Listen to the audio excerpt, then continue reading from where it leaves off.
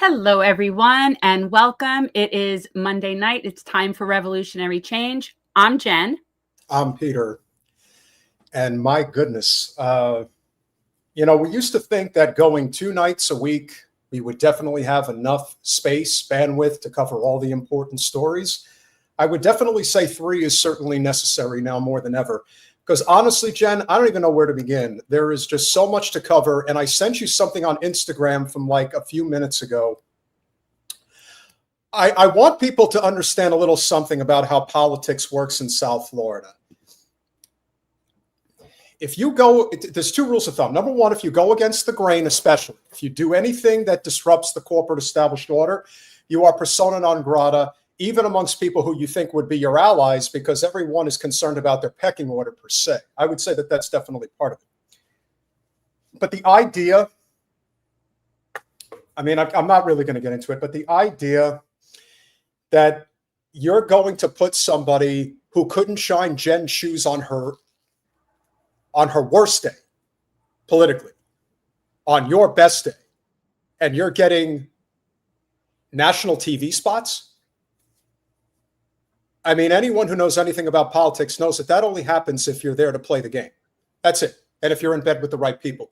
But especially if you're not going up against somebody like Debbie Wasserman Schultz, who, my understanding from a very good source who is in politics and is in with a federally elected representative, it's Debbie Wasserman Schultz who really wants Sheila Sherfilis McCormick out of office. So that would explain in part and parcel why somebody's getting propped up and given national TV spots. Because other than that, it's not because you're a great candidate. Trust me, that's not the reason. I just don't care to discuss it. I just don't care. There are so many things that are important that we could talk about, and that is just not in my top 20. I had to get that out of my system. Okay. Well, you and I know what we're talking about, but nobody really does, and it just doesn't matter. South Florida just doesn't matter. It's literally going to be underwater in like 20 years. So seriously, it just doesn't matter. It's not going to be very long, but here we are. Good riddance. I'm gonna allow you to make the choice if there is one that you would like. Oh, we get like a dealer's. No, I think it's dealer's choice. Well, I don't know how that helps me, but I've offered you the floor. You're the dealer. Well, where would you like? What is it you want to start with? I don't care. Well, I kind of like to go in a succinct kind of an order. Obviously, we have our wonderful guest, Sabby Sabs, coming on at the top of the hour.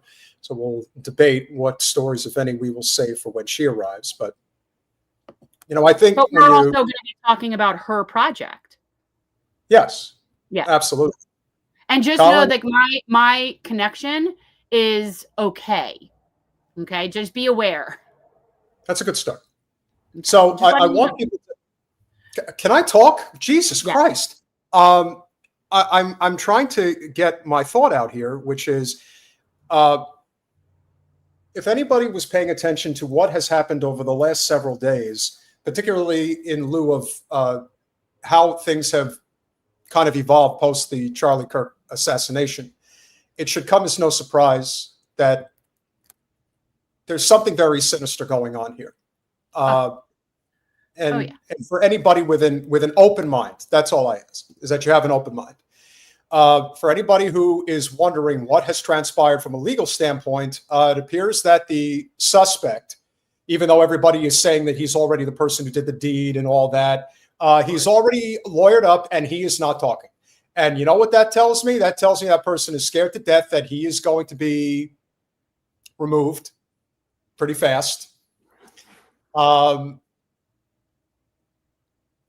If you haven't been paying attention to what has been going on overseas, there is what I would call a humiliation ritual that is being fostered on our highest ranked elected officials right now. So you want to start with that? I wasn't sure what you were opening with because you were just. Yeah, I think it's only plausible to assume that we've got a lot of things on our hands here. I want people to see, on the one hand, how President Herzl, the genocidal president of Israel, was received when he went to Chatham House in London a few days ago. So listen to what the host has to say and watch his body language. I'm Bronwyn Maddox, director of Chatham House. Thank you all for your time in coming this evening. Thank you to Isaac Herzog, President of Israel, for coming during his trip to the UK. First of all, there's nothing to be thankful for, so let's just get that out of the way. Just let it play a little longer. Brief biography. Isaac Herzog held ministerial positions in Ehud Olmert's government between 2006 2011. He's been President of Israel since 2021, so has 3 more years to go. His tenure as President has included what has followed October the 7th. Some 60,000 Palestinians killed in Gaza as a result of Israeli military action, many of them apparently children. The UN-backed IPC saying last month it has confirmed famine and starvation in Gaza. Almost daily settler violence on the West Bank, with more settlements licensed by Israel's government. And last night, Israel's strikes against Qatar in pursuit of Hamas leaders, criticized by many countries, including the US and UK. Qatar becomes the 7th country to be struck by Israel in the past year or so, along with Lebanon, Syria, Palestinian territories, Iran, Yemen, and Tunisia, including the aid flotilla. Just in the past few hours, Israel has conducted more strikes on the Yemeni capital. Many of these actions have in turn brought international condemnation and huge public protests. The UK, along with France, Belgium, and Canada, is likely within weeks to recognize a Palestinian state. European Commission President Ursula von der Leyen used her State of the Union speech today to announce the European Commission will sanction extremist ministers and violent settlers and pause bilateral payments. President Herzog, we have a lot to talk about, even more than it seemed 24 hours ago. Could you see a more guilty person in the way that they are just feeling like they're ambushed, I guess? Is that the way you would describe it? I'm just sitting here wondering why they even have a president. Like, what's the point of this guy? I don't understand. I mean, I don't know their constitution. I really don't. But I don't understand what the point of this man is. He clearly has no say-so or no power because everything comes down to Netanyahu. And so I don't understand. I think he's also very uncomfortable because he's a feckless fuck. That's what I think. Well, I think that that's a fair statement, but I also think it's fair to say that he's probably very uncomfortable having to be there because somebody has to maintain appearances, and he's the one who has been tasked with that. Because clearly, Bibi's off chasing, grifter U.S. politicos and podcasters to get them to, facilitate the pro-Israel talking points that he still thinks people are listening to. Whereas with Herzog, I don't know what the hell he's doing. But because nobody really knows him. So he doesn't draw a lot of anger or ire right off the bat from people because he's kind of just, again, what is the point of having a president? I don't understand. That'd be like why would you have a prime minister and a president? I don't really understand the point of that. That doesn't make any sense to me. So I reject the premise. So basically, I'm just joking. But like, this guy is clearly not somebody who has any real authority or power. So yeah, they're sticking him out to just, be the receptacle of whatever shit she's going to dole out. Perhaps a year ago, even 6 months ago, maybe he would have responded and said, that is horrific what you're saying. That's not true, the blah, blah, blah. But he just sits there and he takes it. He doesn't say anything. They're accused of genocide. They're accused of being, out of step with the entire UN, all of it. And he just sits there and he takes it. He doesn't say anything. So what's he going to say? He has no authority to say anything. That's my point. Yeah, I see Vicky and a few others in the chat saying what they're saying, but yeah, I've heard of, I know who Herzog is, but I know that he's, like I said, he's just a fall guy. He's not somebody who really, he's president, but president in name only, as the saying would go. So it's not like he's really doing anything of significant authority. However, the person who really is in charge of not just Israel, but one would argue he is the real president of the United States. I think it is safe to say that what had transpired over the weekend, again, within a matter of hours of Charlie Kirk being assassinated, they wheel out the whole delegation to Jerusalem to do this shit. No.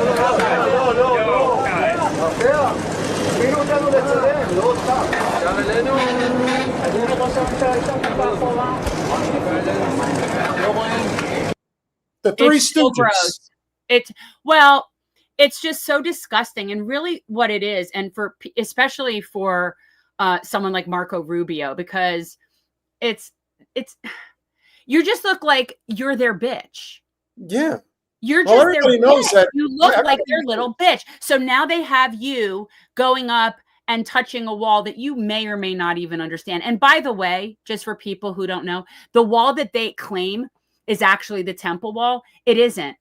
It's actually part of the Roman wall that was built, and it was afterwards. So, you know, again, the history is completely made up there. They just do what suits them in the minute. But these people show up there like they're paying homage to this. That's basically saying, yeah, you own me now. I'm your bitch. Yeah. And even the movements that they make, it really is like imitating a rape situation. It is. Yeah. Oh, it is a public, I called it a public humiliation, a public dressing down. Yeah. But yeah, it's actually a public rape in a lot of ways. Like your dignity and your humanity is being completely stripped from you, and you're going to get on your hands and knees like the dogs you are, and you're going to bark as loud as you can whenever we say so. Absolutely. Absolutely. The fact that they do this, and whether now Huckabee, he really believes this shit. He's really like a Christian Zio. Like, I mean, he believes the dogma.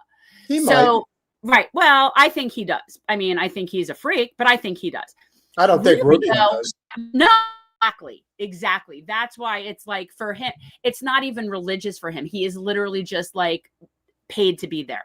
Yeah, Rubio's a Catholic, so it's, yeah, like I said, this is a humiliation ritual. Although the fact that Rubio is Catholic probably speaks to the only person who actually does belong at that wall, if we're going based on history. It is Rome. It's Roman, yeah.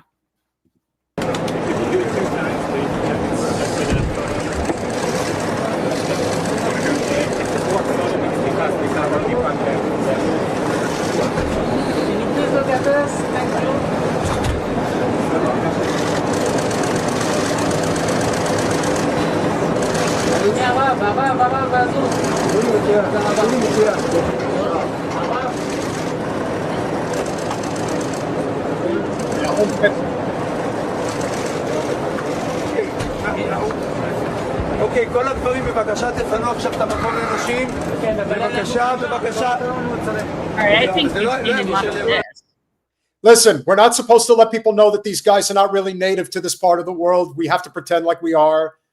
You know. Well, and for people who are watching and who don't necessarily know what they're doing, so that is what is called the Western Wall, the Wailing Wall. And it's where you go and pray what used to be what they say is the base of the old temple that was destroyed, but it isn't. But anyway, that's what they're doing. And when they put the papers in the wall, and I'm loath to say that I did do this, you write down like a prayer for someone or a prayer, and you fold it up and you put it in the cracks in the wall.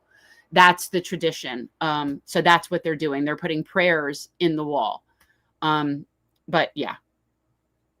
I think there's a little bit more here. Let me.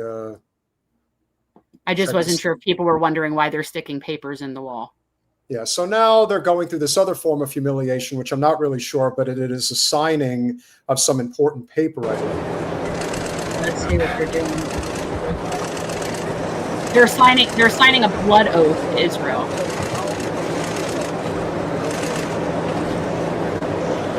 What this is? Like the guest book. It's the guest book. It's like, okay, I was here. Yes. Oh my God.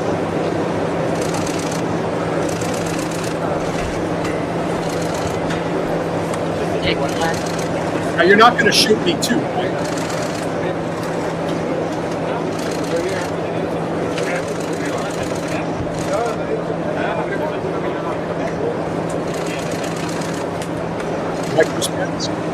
Oh no, he's left-handed.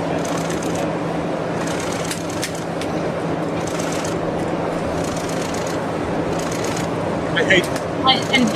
And this is like right after they were so devastated about Charlie Kirk. The first thing they're doing is damage control for Israel. You think that's what it is?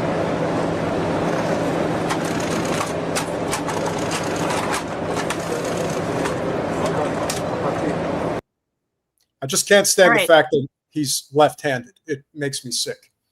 Jen and I are left-handed. Jimmy Zimzam's asking, where's that book and who archives it? I don't know exactly what that is. I don't know. I don't know what that is. I never participated in a book signing. I just know that they're putting prayers in the wall. Yeah, they're doing something that they shouldn't be doing, which again is the whole concept of Israel. Oh, I love this. This is I know. I see it. Oh, Netanyahu. Freaking love that. That's awesome. Thank you for that, Grape. And Obama and Bush are blood related? Oh, that's crazy. They are? You don't believe everything you hear on the internet, but you would think that they've got some reason to say that. So, you know. All right, but I'm left-handed. So is Peter. So am I. I know. We're both lefties here, so we're not going to mock the lefties. No, we're not mocking the lefties. I'm saying that it's terrible that Milikowski is. I'm getting into that habit. I'm trying not to not. I say Netty hoo hoo, but I like Nazi Yahoo. That's pretty friggin' good. I think so. I also think that, as has been stated, you really have to wonder what the mindset is of these people and what they are going through. But the one thing we've learned about conservatives in power versus liberals is that liberals are actually a lot better at protecting empire than conservatives are. They make it way too obvious that what they're doing is not only evil and horrific, but calculated, perhaps even planned. And by that, this apparently just happened earlier today, so we have to talk about it. The first person to host Charlie Kirk's podcast post-mortem, right, is the Vice President of the United States. It's not even idiocracy at this point. I didn't know I didn't know that they said that. Or is he just doing it even in the interim? That's absurd. Whatever they're doing, the fact that the Vice President of the United States, this is insanity. And it's not logical. It's beyond. I'm not even into decorum politics, but the blurring of the lines between what is considered sacrosanct and what isn't, that doesn't exist anymore. There are no lines. They'll cross anyone that they feel is necessary. But who is the person that Vice President Vance decides to bring on with him? Well, what emotions I'm feeling right now, this is something people say. I mean, you kind of know the answer. There's incredible sadness, but there's incredible anger. And the thing about anger is that unfocused anger or blind rage is not a productive emotion. Right. But focused anger, righteous anger, directed for a just cause is one of the most important agents of change in human history. I couldn't agree more, Stephen Miller. And we are going to channel all of the anger that we have. Oh, yeah, we are. Am I crazy, or is that the Israel flag? Yes. And the thing is, Stephen Miller, you could not be more correct. We are going to channel all of the anger and all of the rage in fight for justice. But the thing is, like, he thinks that somehow he's on the correct side in this. No, you're one of the people that gets gotten when people get gotten. You're one of the people that are standing in the way of justice. What a piece of shit. He's so disgusting to me. I cannot stand him. I cannot stand Stephen Miller. He's gross. And he gives me the willies. Stephen Miller dresses up in the SS uniform as often as he can. I just get that vibe from him. We are going to channel all of the anger that we have over the organized campaign that led to this assassination to uproot and dismantle these terrorist networks. So let me explain a little bit what that means. So, please do. No, you don't have to explain it. You're saying that a terrorist network assassinated Charlie Kirk. Now you're saying that that's what took him out. I thought you had the guy already. I thought he's already been captured. But now you're saying it's a terrorist network that did this? Mm-hmm. Well, they're blaming it on the radical left. I assure you, you guys have never met the radical left. You will, but you haven't yet. And by the way, like, when the radical left really gets its shit together, yeah, we won't get caught. It'll just be done. I don't know what he thinks is going to happen by blaming the radical left, as if that's going to make people just calm down, simmer down. No, we're going to use our rage. We're going to use all of it at people like this. Oh, Stephen I'm angry. Miller definitely has one of the most punchable faces I've ever seen. Just want to put that out. It's disgusting. You've got 30 seconds, so be quick, Stephen. The organized doxing campaigns, the organized riots, the organized street violence, the organized campaigns of dehumanization, vilification, posting people's addresses, combining that with messaging that's designed to trigger and incite violence, and the actual organized cells that carry out and facilitate the violence, it is a vast domestic terror movement. And with God as my witness, run by you. We're going to use. That's so fun. Like, everything he's saying is true, but the terrorists that he's talking about are them. It's so weird. Like the bizarro world, like we're being gaslit. Like everything he's saying is accurate, but just inverted. Well, like I said, they are really bad at lying. This is not their modus operandi. They're actually really, whatever their intentions are, it ends up coming out the complete opposite. Like they look completely guilty. Like they did something they should not have done. They're using Charlie Kirk as a martyr. And well, they're doing damage control. They're creating the narrative so as to not be the narrative. And I think that people see through it. And this friggin' Uncle Fester fuck is just so disgusting. I can't. He's a lot worse than that, but we'll finish it out. Every resource we have at the Department of Justice, Homeland Security, and throughout this government to identify, disrupt, dismantle, and destroy these networks and make America safe again for the American people. It will happen, and we will do it in Charlie's name. Thank you, Stephen. Don't go away. I'll be joined by a guest of Friends just in a few seconds. Oh, gee, I can't wait to see who else you talk to. Just He's the another image fraud. He's a total fraud. But the Charlie Kirk show hosted by the Vice President of the United States, you don't see a conflict of interest here? We don't have conflicts of interest here. No. Wait, the mask is off. The mask is off. This is ridiculous. They're not even attempting to not blur the lines. You know, there's supposed to be the separation of church and state. Well, there's also supposed to be journalism. This is not journalism. Well, did anybody think Charlie Kirk was a journalist? No, but if anybody was questioning whether we have state-run media in the United States, you look no further than that image. I mean, that image is everything. That image is telling you right there that we control the narrative, and whoever we grant the privilege of being able to espouse the message we want coming directly from the State Department, well, it's not just Charlie Kirk. It's anybody else. And that goes for the liberal side or the conservative side. Oh, that goes for J.D. Vance. You want to talk about another creation? So Charlie Kirk was created like a Spice Girl situation by the Koch brothers and Tea Party and the GOP and all that. He was basically plucked as a teenager and created. They created him. So they had this, well, we brought you into this world, we can take you out kind of attitude about it. And I got to tell you, J.D. Vance has similar backstory because he represents Peter Thiel. Yep. And that whole situation with Palantir and all that, that's some creepy shit. And that's who this guy was created from. So who's he answering to? And your hairpiece is fooling no one, JD. No one. He has a hairpiece? I didn't know that. Oh my God. Okay. I mean, I'm not saying, yeah, I guess. That's a rug. So is Rubio's. But hey. I don't care. It's just ridiculous. All of them are ridiculous. And the only reason that somebody like J.D. Vance is doing this kind of shit is because he's worried that if he steps out of line, he'll be next. Well, I think that's how they. Yeah. I mean, I definitely think that that's how they're all thinking right now. I think that they're all trying to get ducks in a row. They should, because they're all creations. They're all creations of the oligarchy.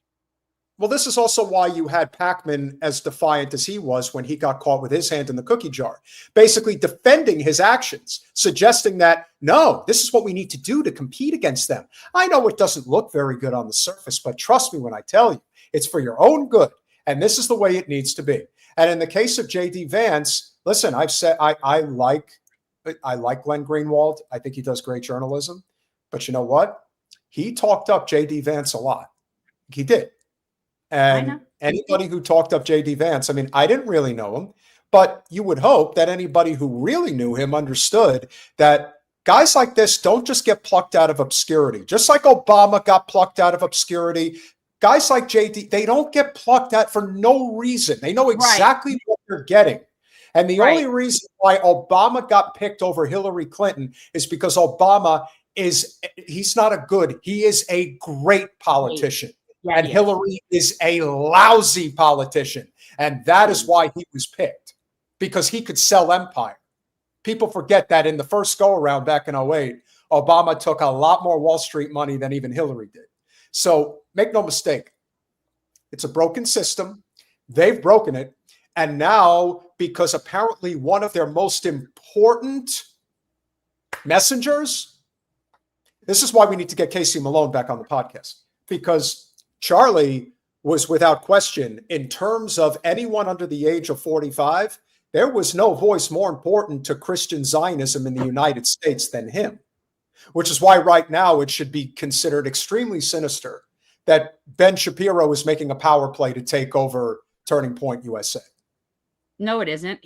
Charlie Kirk was a creation that they made when he was a teenager. And for people who don't know, our brains are not fully formed until about 25, 26.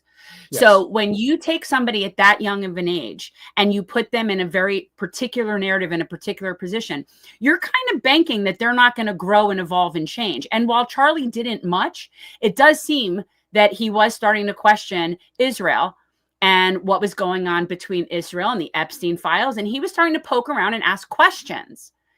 And you're not allowed to do that. But somebody like J.D. Vance, and why it is so much more sinister, is he's been in a lot longer. He's been in a lot longer, and he's been playing the game. He's been in character for a whole lot longer. And I think he is a puppet. And I think it's very scary. And as far as Charlie Kirk, maybe he would have developed and grown more on his issue regarding Zionism. Who knows what would have happened? But they couldn't afford that. Plus, they were probably pissed as hell that they made him in the first place and he dared to question them. It's like biting the hand that feeds you. The other thing that I've noticed over the past few days, which should not come as any surprise to anybody, is the constant talk from the so-called left type of politics. And we all know who these guys are. I don't have to name them. But the only thing that they want to focus on is the fact that Charlie said some really bigoted stuff over the years. Yes, it's bad stuff. But you know what? If you're not going to address this direct connection with Israel, which it seems like none of you want to do, then that also lends into the truth about it's one small club and you're not invited. They get their talking points. They get what's approved, what could be addressed and what can't. And then you get what you get.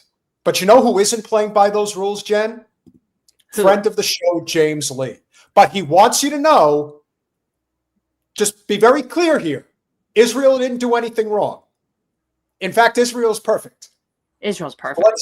So let's hear nothing to see here, folks. Over the rainbow, why then, why can't I? 50 states, one Israel. What is that? Well, the state of Israel just posted this on their Instagram a few hours ago. Quote, the 50 states, one Israel delegation has landed in Israel. 250 American legislators will spend the coming week in Israel and experience it as it truly is. By doing this kind of thing. I hope so. Which I guess is required for all U.S. government officials. Okay. It sure looked that way. 50 states, one Israel. Guys, if you are still questioning what the end goal is here at this point, I don't know what you're looking at, but I know that only 183 of you have hit that like button, and we've got 310 live viewers already. Guys, would you please do us a solid and smash that like button in the name of the United States of Israel? Please. We would really appreciate it. Jen, any thoughts so far? No, I mean, I'm not surprised. And I've been saying all along with what's coming up is that the Charlie Kirk thing is a distraction. And it's a distraction from all of these things that are now about to be read off. And to be fair, we certainly seem to have quite a few people in independent media, no matter where you fall on the political spectrum, that are agreeing on that sentiment, that something is not adding up here, and that anyone who is just going based on the talking points of the State Department about what really happened, don't trust it.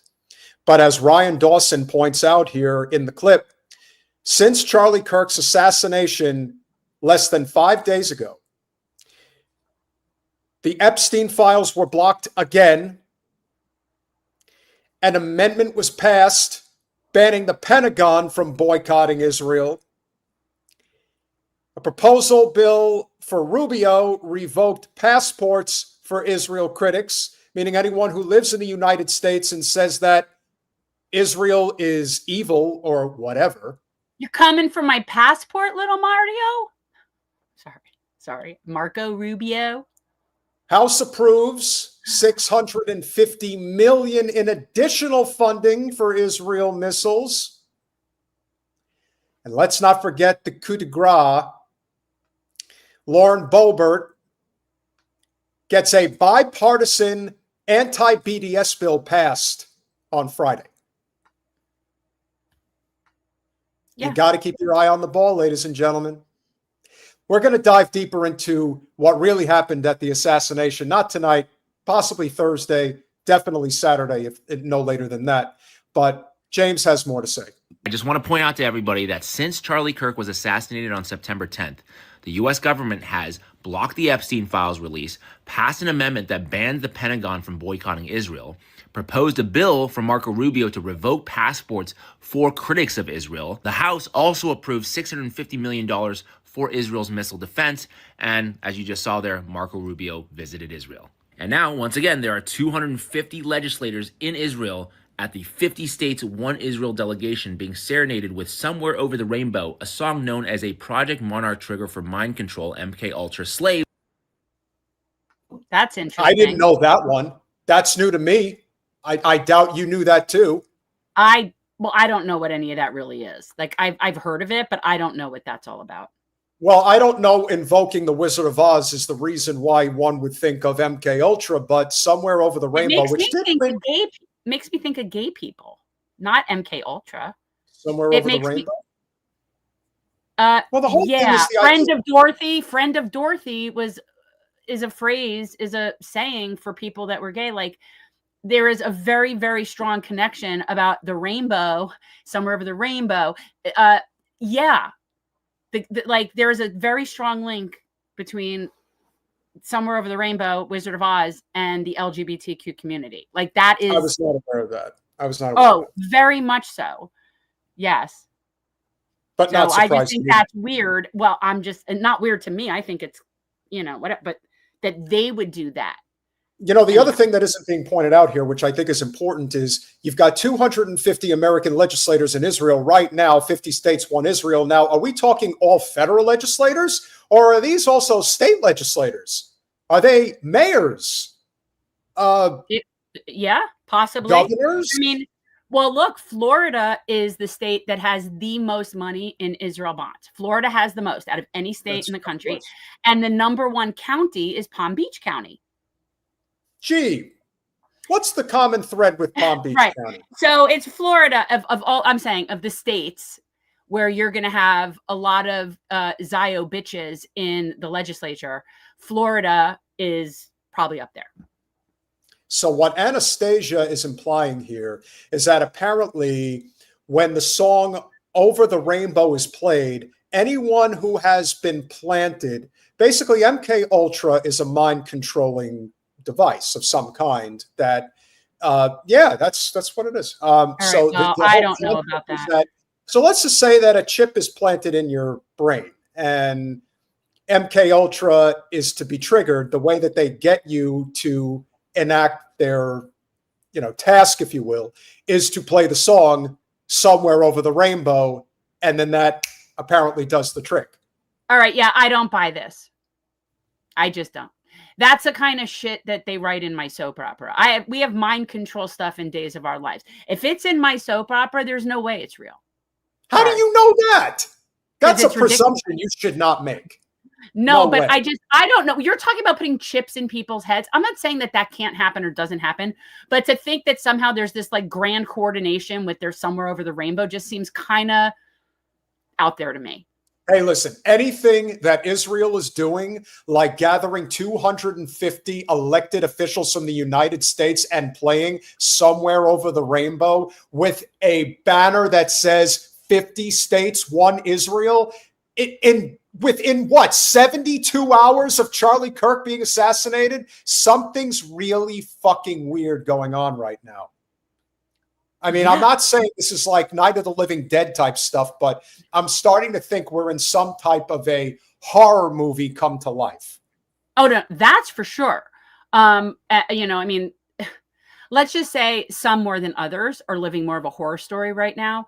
But I don't know. I don't know how much of this I believe, other than there's just a lot of people that are followers and like upper management and are probably easily controlled. That I would, you know, yeah. I mean, but then again, I feel like that about all cults and sheep-like things and, you know, so yeah. Well, we've got one more story to cover before Sabby gets here, which we're going to conclude with James, but that's a very good transition. So let's finish this out. To activate them to do bidding against their will. And this is all totally normal, right? No, there is nothing normal about any of this. The difference now compared to yesteryear or any other time probably in any, not even modern American history, but just any period of American history, it's never been this blatantly in your face. I don't think anybody has ever really understood just how sinister our government really is and the things that they're capable of doing. But I do believe that this unholy alliance with the genocidal state that calls itself Israel, again, we have to get into the habit of not addressing them as an actual state, because they're really not. They are called a state, but anyone with a functioning brain would not identify them as one. They're an occupation. It's an occupation. Yes. And now I want to bring you all to the attention of a story that I really wanted to cover here. One thing I've noticed over the last several days that to me is also a reflection of the cult-like behavior that exists in all elements of our political discourse today, but particularly amongst the conservative Inc. evangelical class, is this rabid doxing of everyday people because they decided to voice their opinion against Charlie Kirk, or that they didn't care that he died, or that they were happy that he died. You know what? That's their right. We're not here celebrating Charlie Kirk's death, but you better believe, as constitutional absolutists, I 1000% support their right to say whatever the hell they want.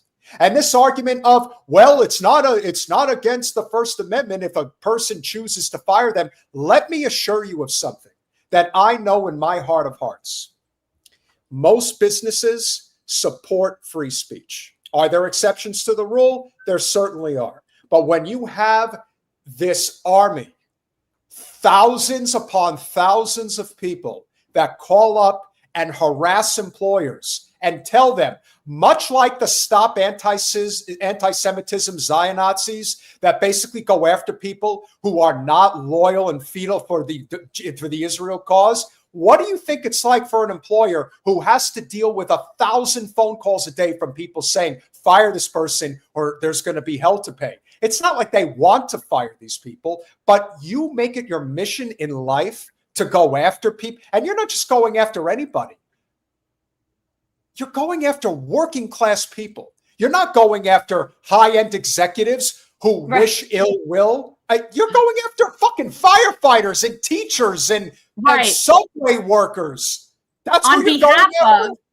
On behalf of a man who made his living encouraging people to kick down, right? So these people are now, working people are now being at risk because of their opinions about someone who was teaching people to kick down.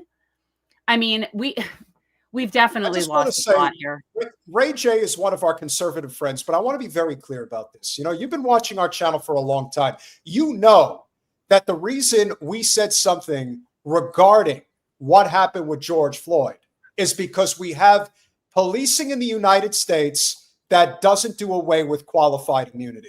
That was the whole point of George Floyd. All the other Black Lives Matter and the BLM bullshit that went on and the rioting and the looting and all that shit, you know we don't support that stuff. But I guess I don't understand this. George Floyd guided the bullet. So if the argument here is that, well, you guys did this with George Floyd, so we get to do it with Charlie Kirk. No, that's ridiculous. And not only that, but we were also very adamant on our channel about the bullshit about COVID. Sorry to our friends over at Punch Up and anybody else, but at the end of the day, free will. If you don't want to get injected, you should not have to be.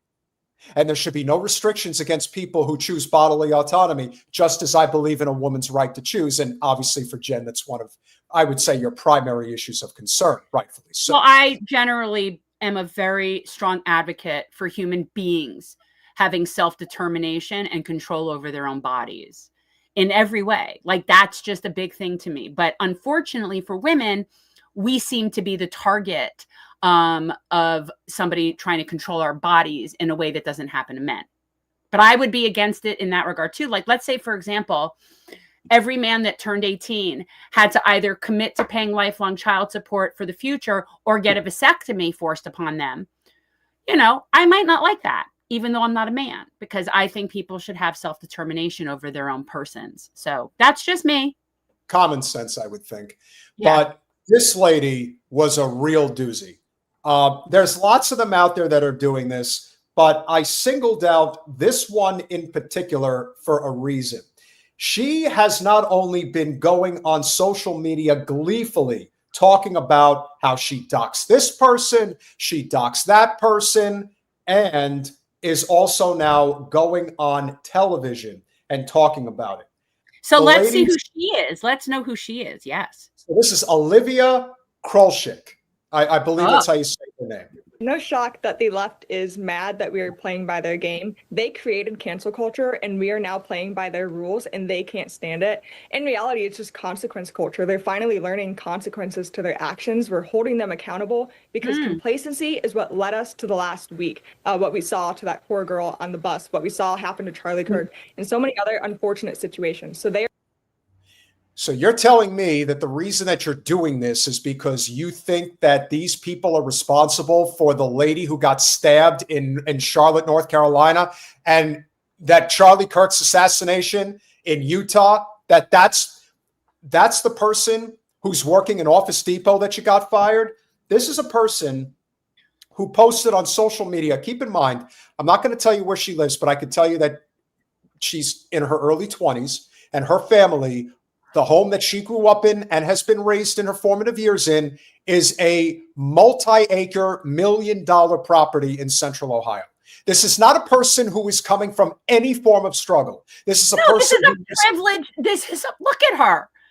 This is like a very privileged. And what's so interesting, and she fails to see this.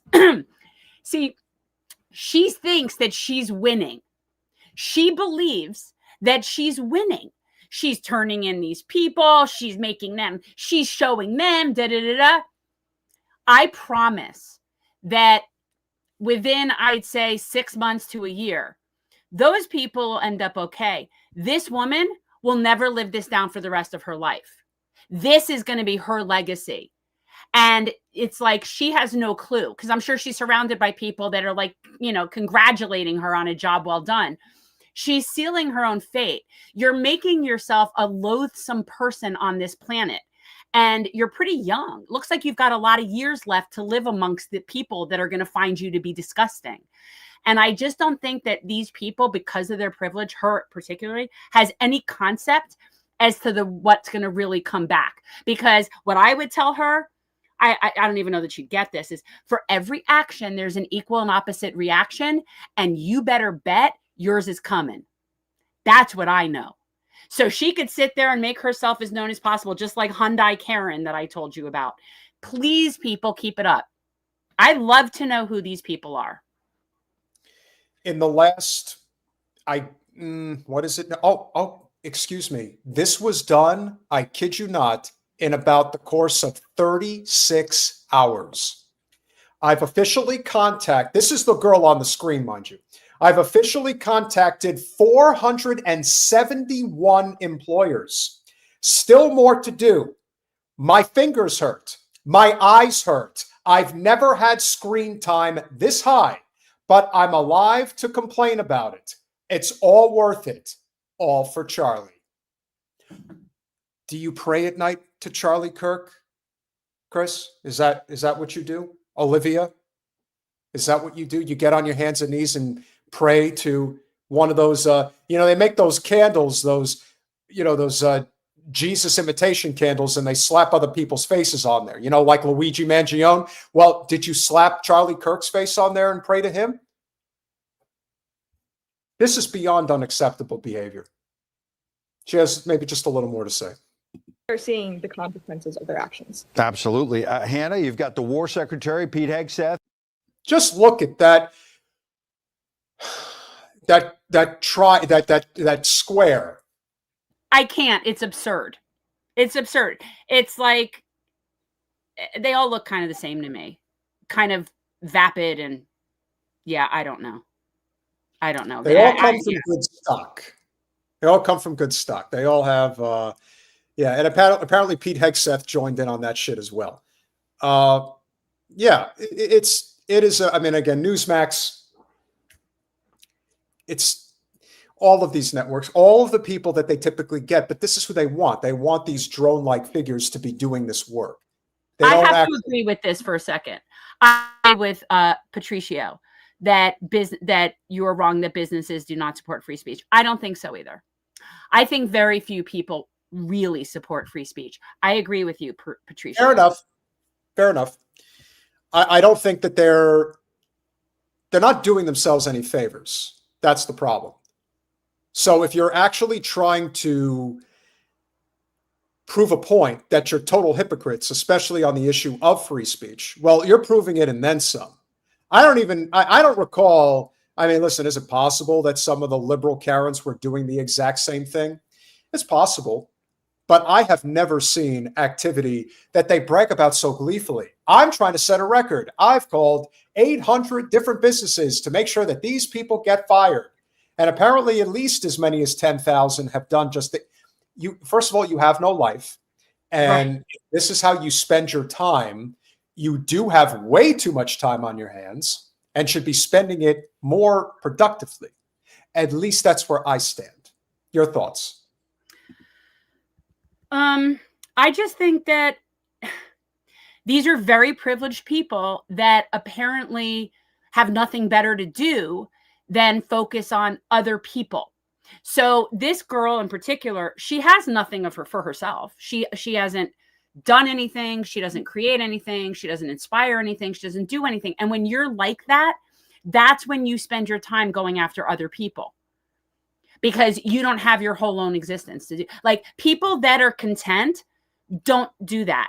They don't spend their time doing that. People that are successful, people that only losers and people that are insecure and people that really have nothing that they themselves feel like they're not quality. They don't have anything. They're shit. They know they're shit. And so they have to spend their time going after other people, which is why Horseface Karen is basically not realizing that in the end she loses. Horseface Karen, is that Laura Loomer? No, it was this girl you just had on. Oh, okay. Well, I wasn't looking at her that way, but nevertheless, one of your favorites. I don't remember her name. I'm sorry. I don't remember her name. Olivia. Olivia. Sorry. Yeah. Well, one of your favorite people, Tony Clifton, is here. And hey, Tony. The GOP Congress does want to erect a statue of Charlie Kirk in the halls of Congress. That's just, please. Honestly, please do it. Do it. Please do it. Who cares? Like that to me, it's like I really feel like they just are in a giant circle jerk. Like all they do is just pat each other on the back and it's fine. You want to make a monument, make a monument. Your whole friggin' thing is crumbling down, but you want to build a monument, build a monument. It is. I mean, honestly, at this point, like you said, with Trump, it was going to be a nosedive. You cannot protect this anymore. It is, as John Hanley says, this is a form of idiocracy that we are living through right now. Just lay all the cards out on the table. Don't run from this anymore. Don't get This is why I always prefer the GOP in power to the Democrats, because the Democrats have convinced their loyalists that still exist that if they just got back into power, everything will be fine again. What we are learning, especially with Trump in power, is that the system is a joke. You can't save it. And I don't know if the USA is dead, Astra, but the current construct of what this country is, it's dead. Here's the thing. We're the walking dead. It's or we're like that, like we're dead, but we don't know we're dead, right? Like we think that we're cooking, right? The people in charge, they think we're killing it. Meanwhile, China, India, Russia, Iran, you know, Brazil, the rest of the world, BRICS, non-BRIC, whatever, they're killing it without us. And they're all having a party and we're not invited. And in a few years, when BRICS is able to devalue the dollar and we're no longer king shit a fuck mountain, and we don't make anything but weapons, but nobody really needs that because for the most part, without us in the world, a lot of people seem to get along. They really do. I mean, yeah, I know there's conflicts in places, but a lot of it is connected to us. So I feel like, you know, once that ends, and the world will continue to thrive without us. Meanwhile, here in the States, we'll be paying $20-something for a gallon of gas, and we won't be able to get fresh fruits and vegetables because we don't grow corn and soybeans, and we've monocropped the shit out of our farmlands. And so if we don't import stuff, so again, we are way dependent on the rest of the world, and yet we don't seem to acknowledge that and treat them accordingly. So yes, I do think that we're the walking dead. And I think that in my lifetime, we are going to see a situation where people in this country are fighting over clean water, and we're not going to be able to afford to do anything because the dollar won't be shit. And when every country cuts us off and stop sending us stuff, we actually can't take care of ourselves here. We are we're invalid. We're invalids. So I think it's just very funny how big people talk when the whole world decides they're done with us. We're screwed. We are. And people who think, and I know people who think, whatever, we don't need them. Yeah, we do. We don't make anything. We don't grow anything. We don't even do our own beef in this country anymore. You can thank me for that as well. That's definitely. So for people who think that we can get away with this forever, you are sorely mistaken. And right now, the global majority, and I mean the global majority, is not with us. So, you know, as well you should be. Astra says she's glad she's Canadian. You should be. But I don't know how good your condition will be financially either, or the EU, once American empire tanks. I think a lot of those things are going to also go with us, not in a good way. But yeah, it's happening. And the only people that don't see it are us. The whole world sees it, but us. I just want to say to this wonderful audience that's here this evening, it looks like, Jen, your channel's growing pretty nicely. So I just want to remind people that I did NAFTA, normal trade relations with China, the Telecom Act, the crime bill, and, of course, removal of Glass-Steagall. Let me address Sean Hammer. Sean, if you are interested, I actually have a friend who is very big in in the grass-fed beef industry, and we'd had him on the show, and he wrote a book, and he's very knowledgeable about beef, and we've discussed this. And actually, right now, the majority of our beef is imported. So yes, we do beef here, but the beef that we do is not enough for our own country. Just like we have oil here, but it's not the oil that we use either. So yes, we do have beef production in this country, but nowhere near enough for the demand that we have in this country, which is why we import as much as we do. So I do understand that we do grow beef. I'm actually in an area that grows beef, so I'm familiar, but not at the level that you think. So let's get this done real quick before our esteemed guest joins us in about 2 minutes. Go to patreon.com/revolutionary change. For as little as $5 a month, you could become a supporter of our small but mighty and growing channel. We have been consistently around 400 live viewers this evening so far, which is awesome. Obviously, things are growing. Jen is going to live long enough to get that silver plaque that Sabrina very fortunately has herself. You're going to get one too, Jen. I can assure you. I'm holding out hope. It's only been 48 hours since our last live, and we not only passed 56,000, we're now at 57,000 subscribers. So things are happening. And of course, for the super chatters that are already here this evening, big shout out to David Kelly. Thank you so much for becoming a YouTube member. Acknowledgement, Jen, something. All right, Jen's freezing, so we can't get. Are you back again? Can you hear me? I can hear you. I just told you. It's like I'm only getting such a decent thing. And you know what? This is an Elon Musk situation. Let me tell you something. I got the Starlink. All right. Got the Starlink as much as and All it does is it tells me about the obstructions, but the obstructions are not earthly obstructions. The obstructions are satellite obstructions. So it's telling me about obstructions, but what the fuck am I supposed to do in the stratosphere? Jen, I've told you many times before, if you don't want any obstructions, don't give me a hard time. And I will make sure that your Starlink works just fine. Okay? You're breaking up to me. You're breaking up to me. I'm telling you, Elon Musk is sabotaging me. Well, you shouldn't talk so poorly of me, and then I wouldn't do such a thing. Oh, go get Willie Bragg, always a pleasure. Please make sure you subscribe to the Willie Bragg Show. Thank you for the $5. I'm happy for getting rid of 30 pounds recently, and I've been quoting the hell out of Jen Perelman about Charlie Kirk's life being a net negative. Well, you got that going for you, Jen. Well, I found his presence to be a net. Peter and I have been doing this since we've been working together. We look at people that we were like people all around us. You're either a net neutral, a net negative, or a net positive. And that's how we generally evaluate people. And to me, Charlie Kirk was a net negative. And it's just the way I see it, you know? Roger Meadows with the $2. Thank you so much, Jen. Try Nutty Hoo Hoo. Nutty Hoo Hoo instead of Netty Hoo Hoo. Okay. Yeah, that's good. That's good. Noah Linden with the $2. It's called brainwashing. Yes, it is. And people deny that that they can't be brainwashed. And yet we see it happen all the time, don't we? Seems to be pretty common practice. J Blue 705 with the cutest profile pic we've seen. Oh, for sure. Thank you so much for the $1.99 super sticker. Joe Gentile, thank you so much for the $2. They look like Botox Kardashian clones. Well, that's Kardashian with a K, not a C, but we will forgive you for the spelling. We understand the premise. Absolutely, 100%. So as we said, we are growing and we are thriving and surviving. You know that Google can pull the rug out from under us at any time, but we are obviously very pleased to welcome one of our favorite people. You know, Jen doesn't like to talk about content creators unless they're doing a good job. Well, yes, I don't. Well, no, talk about content creators if they're doing good work and support their work and promote their work.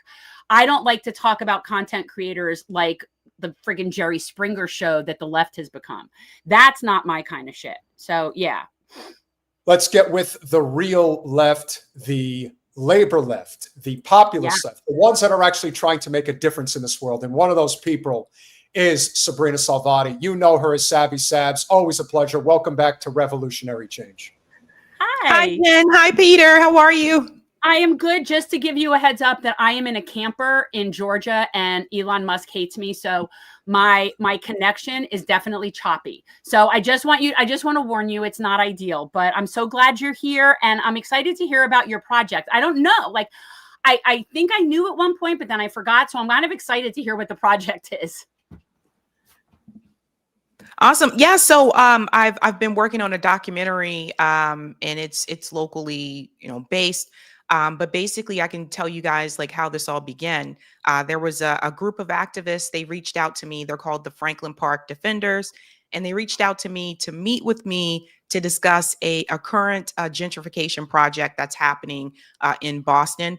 And there have been so many over the years. It's just hard to keep up, to be honest with you. So this one was news to me, and it has caused quite a bit of uproar. The mayor has defended it, of course. But it's received a lot of local media attention because taking over this stadium inside of Franklin Park will cause gentrification in that particular neighborhood. And it was during that meeting when I was talking to them that I realized that, this may need to be a bigger project. I think at first they wanted me to do an interview, but after listening to them explain everything that's kind of happened over the years, I asked them, well, what do you think about this being a documentary? So that way I can start from the beginning to explain to people what has been happening and what continues to happen, in particular to Black Bostonians. And they said, yeah, that sounds great. And so that's really how the idea started because they reached out. And so I've been working on this documentary. I'm pretty much done with all of the footage. Now we're just tightening up the screws, basically, the audio engineering, the lower thirds, all of that jazz, the illustrations, the animation. We're doing all of that piece now. That's really cool. So you're getting to be like creative. Like that sounds like you're getting a little bit, that's a little artsy, I mean, that's cool. It's been a lot of fun so far. It also has been a lot of work. Yeah. Like, I'm not I told someone, they were like, you should do another one next year. And I'm like, no, I think I'm good A lot. for a while. But I've learned a lot. You know, I've lived in Boston in Boston and the Boston area for a little over 13 years now. And I started to see the gentrification, I would say the first year I was here. I started to see the changes in the neighborhoods, et cetera. But there's two different types of gentrification. And I think the one that most people are familiar with is being priced out, right? So people have to move out of the neighborhood because they're building fancy condos, and that makes your rent increase as well. So you have to move because you can't afford to live in your apartment anymore. We touch on that a little bit, but primarily a lot of the gentrification that we discuss in this documentary is gentrification that was forcefully done by the city.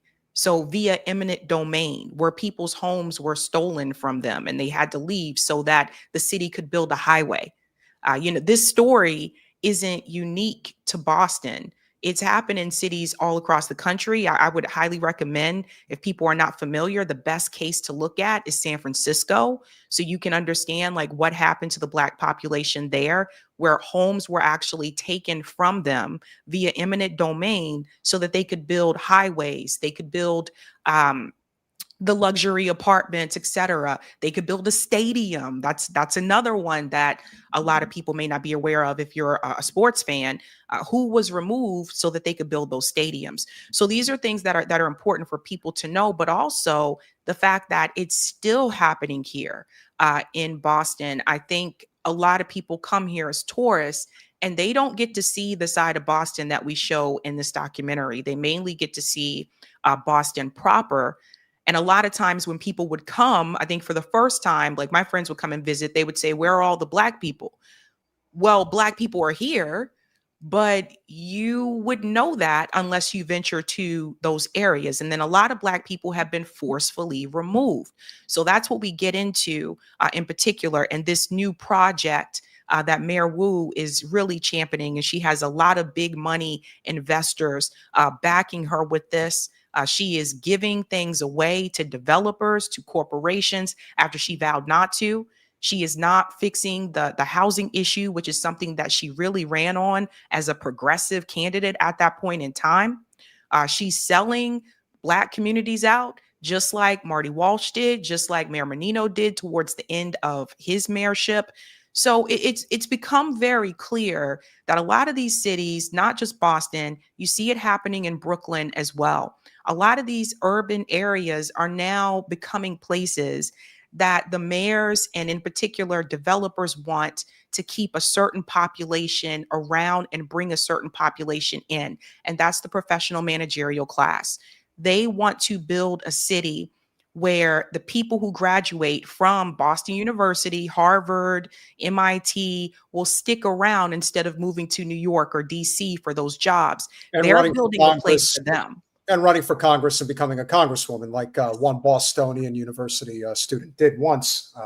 Just putting that out.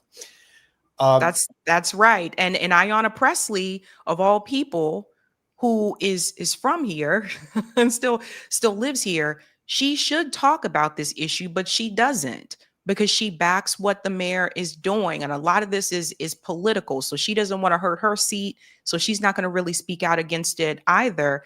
I just think there's a lot of people that are being misled. A lot of people think that when the mayor says we're building more affordable housing, they think that's for people who are lower income, but they don't tell you a lot of the affordable housing requires that you have an income of at least $100,000 a year.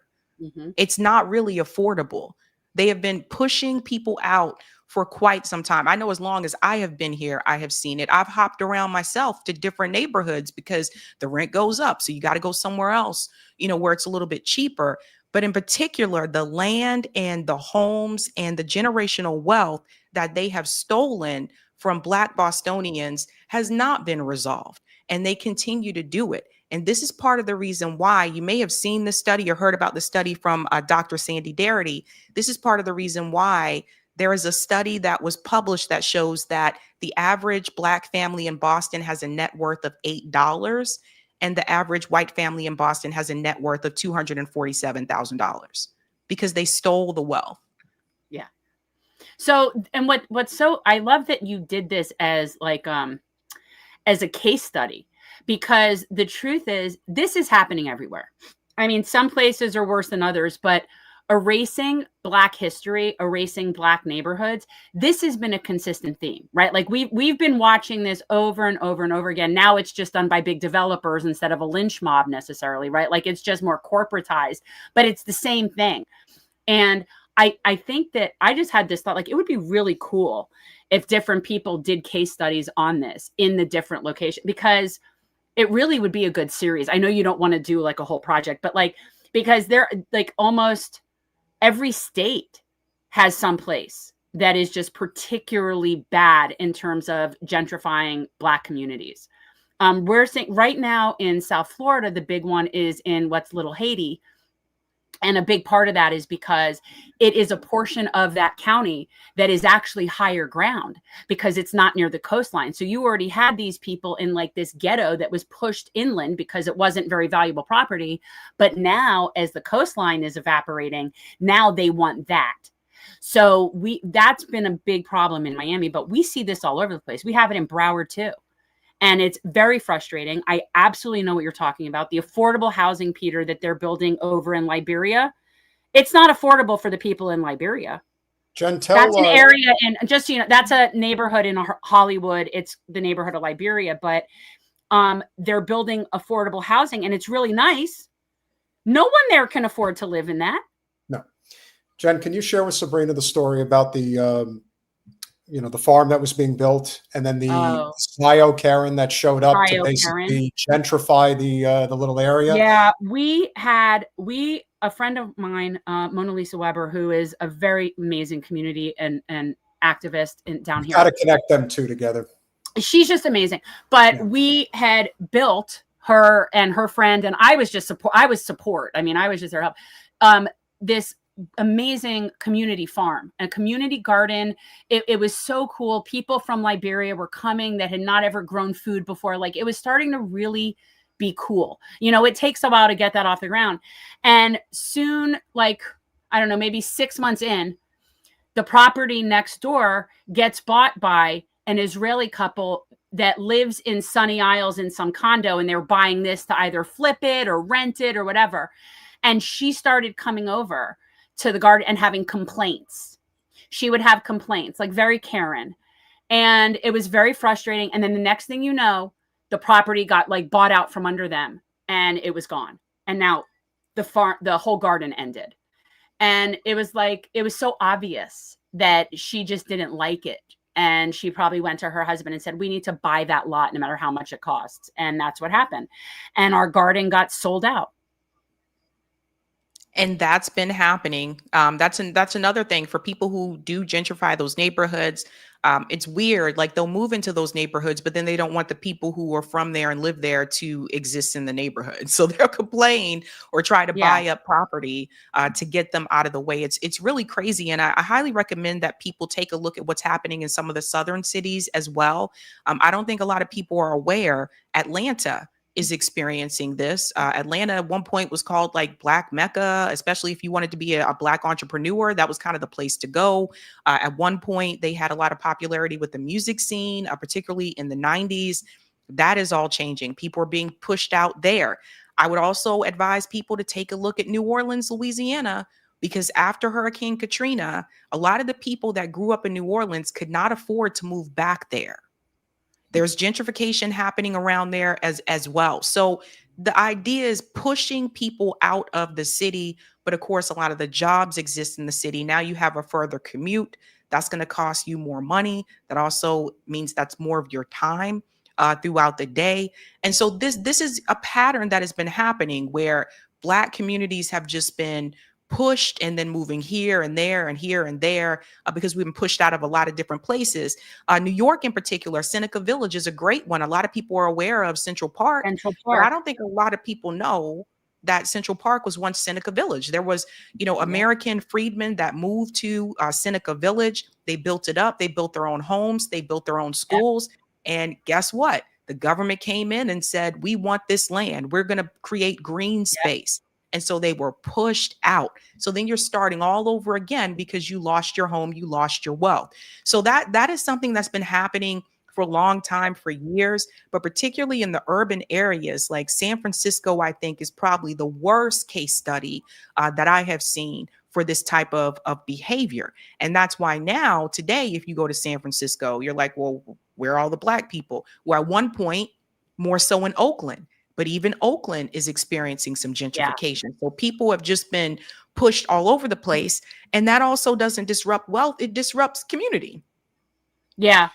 I always, and let me just say, Peter, before you say anything, I was fascinated by that whole Seneca Village thing. And for people who don't know, there were farmers there. There were they had their whole own agri community, which makes sense given that it is where Central Park is. Like, it makes sense that it was probably fertile, but yeah, they were farmers. They took all their skills that they learned when they were freedmen and went up there and had farms. Well, that's also why the public education system is so broken in this country in so many ways. Most people don't know about Black Wall Street in Tulsa, Oklahoma. That would be another example of an area that was, the Blacks are starting to get smart, and they might actually figure out how to make their own money without our help. We can't have that. That's not good. I've been obviously to Boston several times. It is obvious. And another example of what's happened in so many of these cities, it's not expensive. It is unconscionably expensive. It is unconscionably expensive to get the most basic needs. And being in commercial real estate, I mean, I speak to these, uber capitalists, and I keep telling them, you want to know why Zoran Mamdani is going to be the mayor of New York City? It's not hard to see why. And even if he only gets through something basic, like we're going to have competition when it comes to our groceries, something as ridiculous as that. I just remember, when I was in Boston, and I remember this. I love me a lobster roll. It's always one of my favorite things. I got to get it when I go there. Cold or hot, it don't matter. It's all good. But you get one that's like even that big, and they want $25 for it. And I'm thinking, who the hell is paying for this? Why don't you go to the Boston Harbor and just get it yourself? Grab a, fish for a, if that's what you call it. No, I don't know how you fish for lobster, but whatever. The point is, it is done that way on purpose. It is made to be impossible. The fact that you could have a high-speed rail that extends from Boston all the way out to the Cape. It's that lane right in the middle. It's right there to be done, and they don't do it. We're breaking down. The whole system is breaking down. And before we play the clip, you and RBN and a number of other channels, obviously Jimmy, we could go through them. We are all on the same page that liberals, whether you call them the Democrats, whatever you want to call them, they sell empire much better than conservatives do. You need only look at what's going on right now post Charlie Kirk's assassination to see just how obvious, first of all, that something clearly sinister was going on in terms of how he was taken out.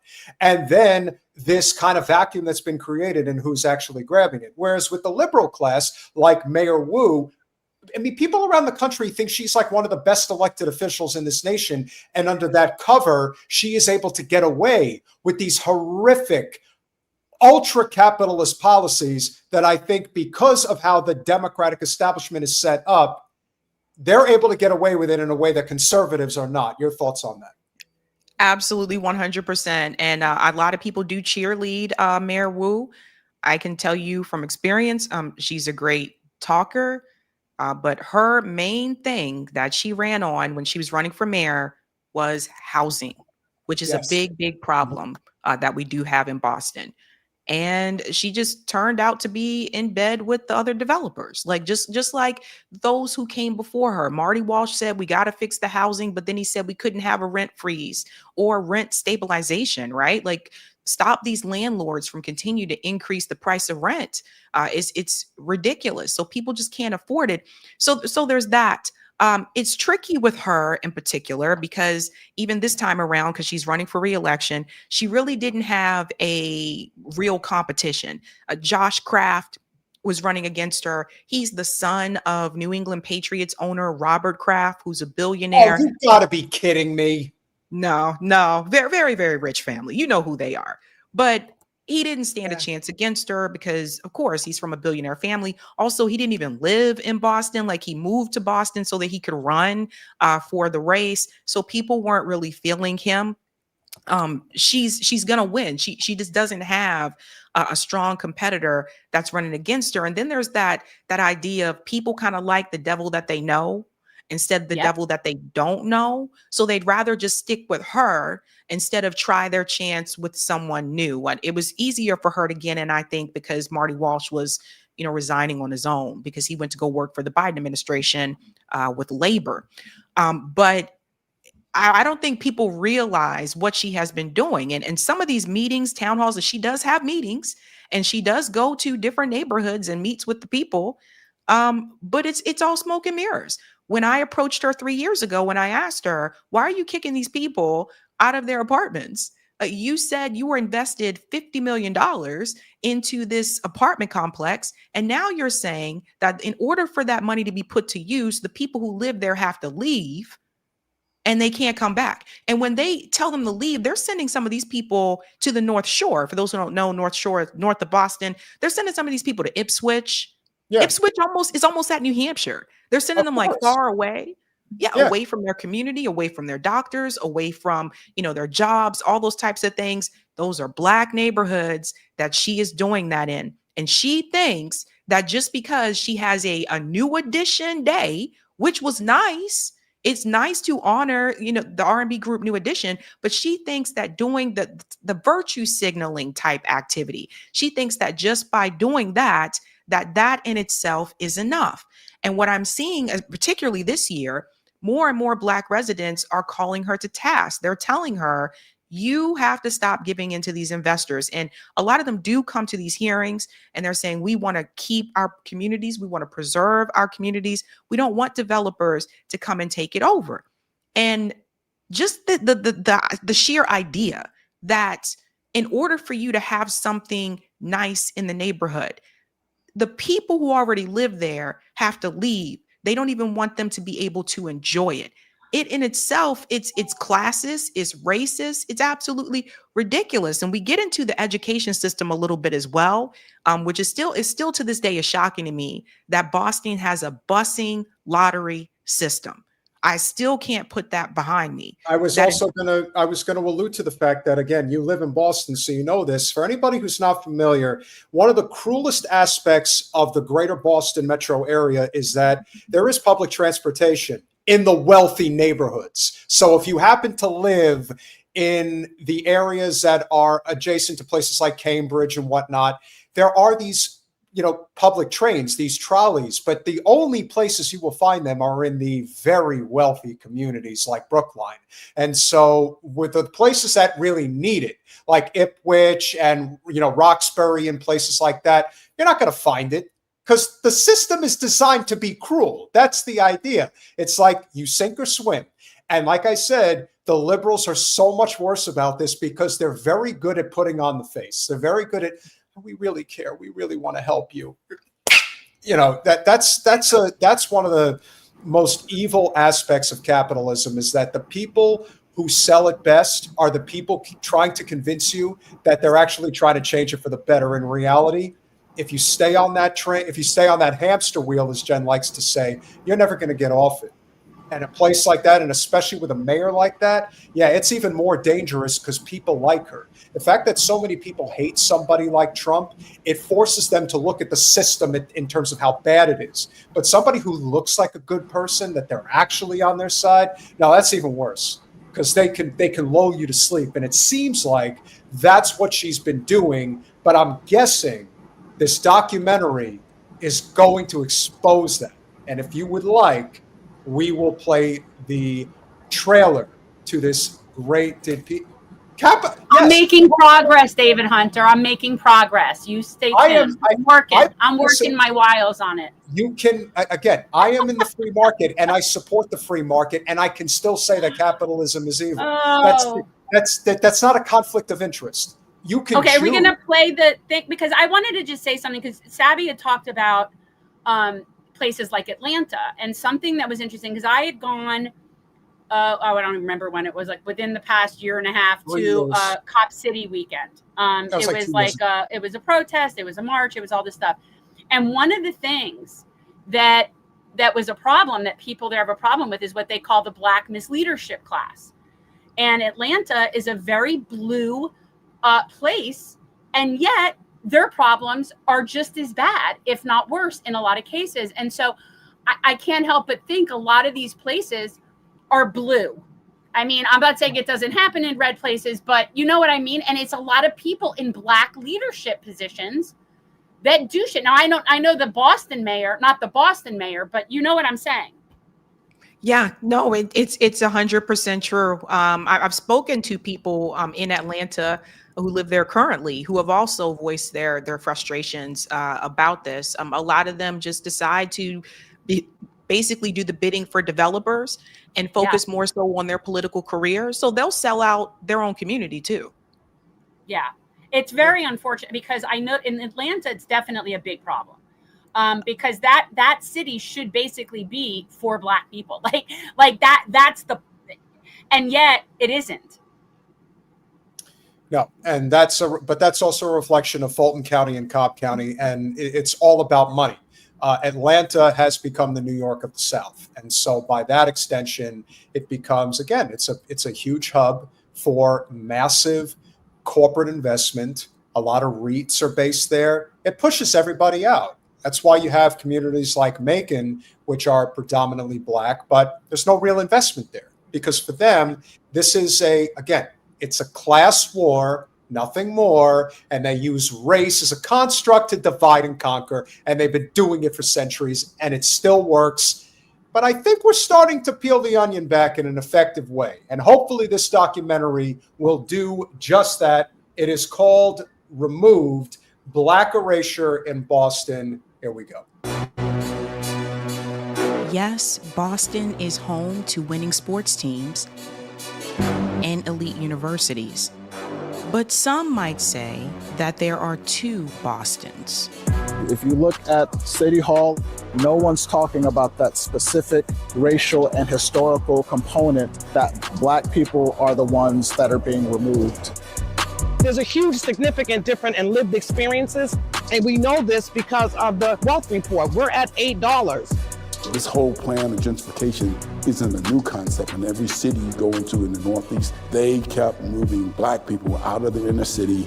So it's a plan. It's been in place for a long time. While the displacement isn't as bad as 1963, it hasn't gotten much better now. It's by design that they've created spaces where we are no longer seen anymore. They're wiping us out one community at a time, and they're getting away with it. This is gentrification. Franklin Park has been a place where we have built community, and all these things are at risk. Why is the mayor willing to throw herself on this sword, do or die, for this project? Why do you think? Because Mayor Wu wants to be Governor Wu. That's the only reason, ladies and gentlemen. And she's going to have a real shot at that.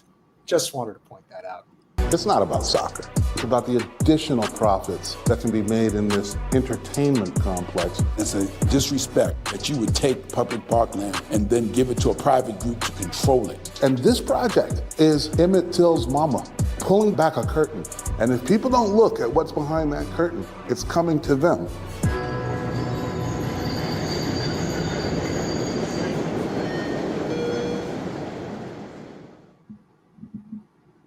What would you say was the most satisfying part of doing this, and what was the biggest downside, if there is one?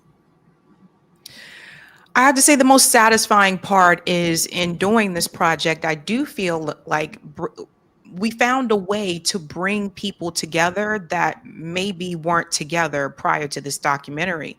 Like the people who are featured, they may live in the same neighborhoods, but they didn't work together, or they're not organizing together. But this kind of brought them together. One of the saddest parts, I think, and this is probably the most compelling interview in the documentary, is the interview of Mac Hudson. And Mac Hudson's story, we had to put it at the very end because that was one of the ones we were like, we really cannot edit any of this. Everybody needs to hear what he says. And he talks about how he was one of the people that fell under Hillary Clinton's predator ruling there, where they started to charge 17-year-olds as an adult. And he talks, and he was wrongfully convicted. And he talks about what happened to him and what he went through, and how the state did not come in to help the way that they should have, how they were allowing them to charge 17-year-old, and it was mainly Black boys, as adults, and sending them to, you know, an adult these adult hardcore prisons. I think that was one of the most sad interviews, listening to his story, because even though all that happened to him, I believe he spent about 30 years in prison. Even though all that happened to him, he still has hope, and he's organizing with people and trying to help younger people. It really wakes you up to the system as a whole. So what we did in this documentary is we took 4 pieces of a puzzle and put them all together. So that's how it's discussed. So there's gentrification, urban renewal, redlining, and the last one is mass incarceration. And it's all of these pieces that work together as a puzzle that led to the erasure of Black Boston. And I think that's what people need to see. And hopefully when people see the documentary, maybe they'll be able to, you know, think about what impacted their community, what impacted, you know, people in their city, and what can be done about it. So I will say that the great positive about this is it's bringing different people together. People are talking about it. I'm working on doing a local premiere in Roxbury, hopefully before I release it on YouTube. So that's my goal, to do that first within the community. My goal is that hopefully this would put pressure on people in city council, because they're really the ones that pressure the mayor a lot, on city council, that this needs to be rectified. Like you cannot continue to take people's homes. Some of the homes that were taken from Black people in Roxbury, they own those homes. You cannot keep taking people's homes and put them in an apartment and say, have at it, your little shoebox apartment. This is what they really wanted. And I hope the class perspective that gets across to people here is this. Guys, ultimately, they don't want us to own anything. Right. They don't want us to own. They want you to be a forever renter. They want you to live in these small, tiny apartments. They don't really want you to have cars. I've seen this over the years. They're getting rid of a lot of the parking spots. They put in all these bike lanes that don't even fit on roads that they put them on. And so it's very clear what they want to happen. And that concerns me the most. How are people going to build community if they're constantly being displaced? That's the point. Yeah. That and creating more roads for the fossil fuels to keep chugging along. I mean, that's ultimately why we're all gone anyway. I mean, white flight and the automobile industry kind of combined is why we're living in this suburban shit show that we're in anyway. But I think that this is really important. I think that this is happening all over the place. It's very intentional. It's very nefarious, and it's very obvious. That's what's so frustrating. It's so obvious, but you know, again, we're watching a live stream genocide that's obvious too, and can't seem to fix that either. So, you know, it's very frustrating, and I feel horrible for those people. And, you know, for people, where are they supposed to go? Because they're not going to be able to afford to go anywhere else. You're not going to be able to buy a house anywhere else now. Like, where are these people supposed to go? I mean, they don't really care. They don't really care where you go. One of the things we discussed in the documentary is how they'll just give you a voucher and say, okay, you're going to go to this town now. That doesn't have the resources. The schools are a mess. A lot of them have been displaced to places like Taunton, Randolph, Brockton. And again, no shade to those towns, but they don't have the resources that they need if you compare them to the other towns right outside of Boston that have a plethora of resources like Newton and Weston and Wellesley. And so I think people need to understand, when you see the data that shows Massachusetts is #1 in education, #2 in healthcare, best public schools, all this type of thing, that's true, but it's limited to certain groups of people. The majority of us don't get that. The majority of people in the Boston area don't have those best schools, don't have access to the best health care. So those are things to keep in mind. That is for people who live in the wealthy towns and the wealthy neighborhoods. And unfortunately, if you're in the city and you have money, you can send your kid to a private school, or you can hope that they get into Boston Latin, which is basically like a magnet school of sorts. They have to test into that. Other than that, they're screwed. Yeah. And not only that, but there are areas where, even the white working class, I mean, clearly not as rough as it's been for the black working class, but, there are, especially Irish neighborhoods like in South Boston. And then if you go an hour and a half west, you get into Worcester. And again, these areas they're suffering. Like they just are. This is a very specific enclave of people that live in the Boston suburbs that anywhere in New England is within, figure like an hour's drive, any of the states that are surrounding Maine, New Hampshire, Vermont, New York, and then obviously Rhode Island and Connecticut. And this has become a real problem. I mean, the gentrification is real in Providence, Rhode Island as well. I've seen it. And so it's kind of like the end of the road, if you will, for the current system that we're living in. It's just a question of, because I see people in the chat asking themselves, housing really is, aside from healthcare, those two prerequisites that we absolutely need for a functioning and healthy society. Yeah. And yet it's obvious that we don't have it. And so what do we do? How do we figure out how to collaborate?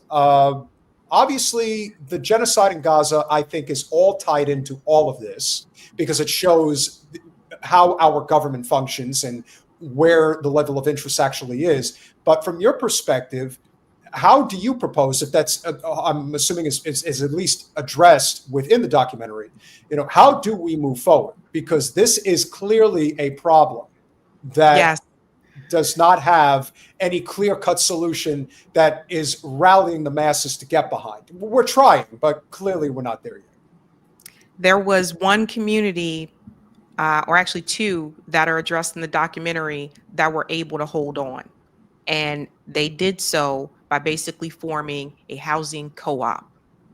And they have managed to maintain their thriving. They're in that area. They have not been displaced, but they were able to prevent it by rising up as a community and fighting back against City Hall and forming a housing co-op.